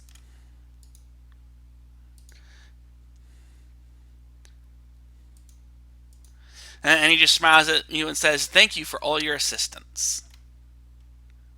No problem. I'm sure Happy to help Ares. him. I'm sure Ares noted what just happened. I would nab a loincloth somewhere. Oh yeah, I'm sure you can find clothes. But you remember how you spared one of the guards? Vaguely, yeah. The guy is now sitting with the 4 guards in front of him with their heads cut off. Oh, wonderful. Not real fond of these Zent. Yes, well, I don't think anyone likes the Zentarum. Except Zentrums themselves. They're just a little selfish, that's all. So everyone gains an additional Umpty Frump experience, enough to raise you to level 4. And that will actually raise Shepard. So I will give you guys a choice. We can continue on and see if we can finish this chapter, or we can call it here.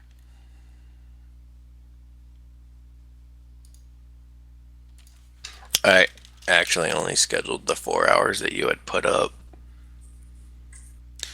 In that case, it sounds like we're done. So, it's been fun, y'all. Yeah, thanks for Thank- running, Ron. Good, thanks for running. Thanks for running. Sorry for the delays with the newness. Yeah, it was a good group. It's the most interesting game I've played in a long time.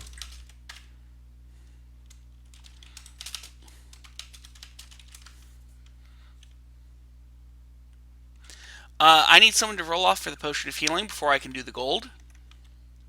So if you want the remaining potion of healing, please put your roll out.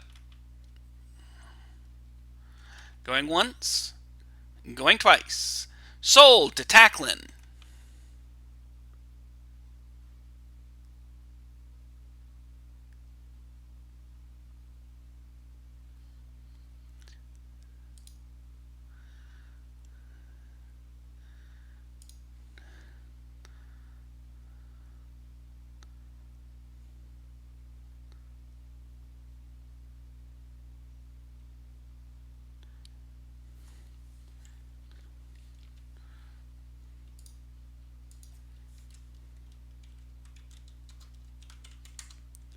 So for the purpose of your log sheets, go ahead and give yourselves 585 gold. Got it.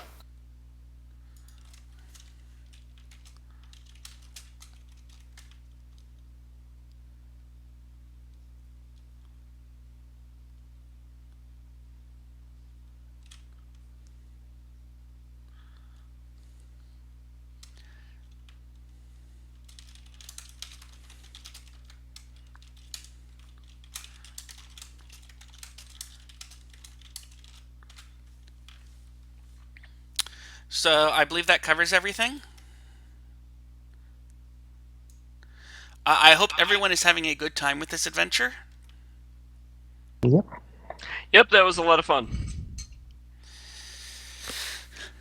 I'm almost afraid of what'll happen if higher-ups hear about what I'm letting you guys get away with. I've done worse. There's a reason I'm going to go ahead and let you get away with it, but...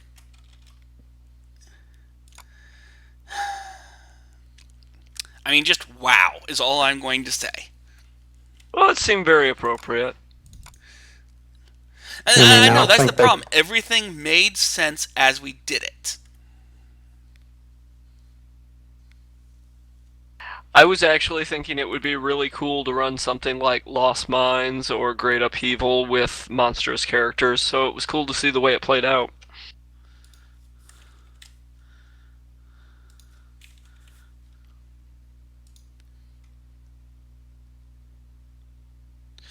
Okay, due to an issue with the way Fantasy Grounds works, go ahead and actually change the gold to plus 590.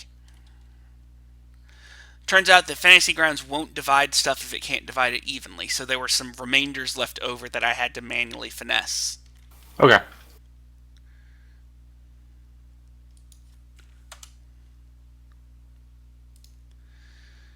So it's been fun. You guys should all now be level 4. If you guys choose to use downtime to level up to 10, I don't blame you, and I have no objection. You mean 5? Yes, I do. I'm okay with 10. That'd be a neat trick. But if you want to use downtime to level up to 5, I have no issues. We will resume same bat time, same bat channel next week, Saturday at 10 a.m. At that time, someone please do remind me we need to discuss availability on Saturday the 24th. I have a suspicion most of us won't be available, and that game will wind up being moved to the 31st, which seems almost as bad. Yeah, this time of year. All right. Well, thanks, Ron. Thanks, everybody. We'll see you next weekend. Yep. See ya. Alrighty. So I'll leave the server up for a bit, but at this point I am stepping out of the chat channel. Everyone have a good day. Alrighty. Later, take care. Disconnected.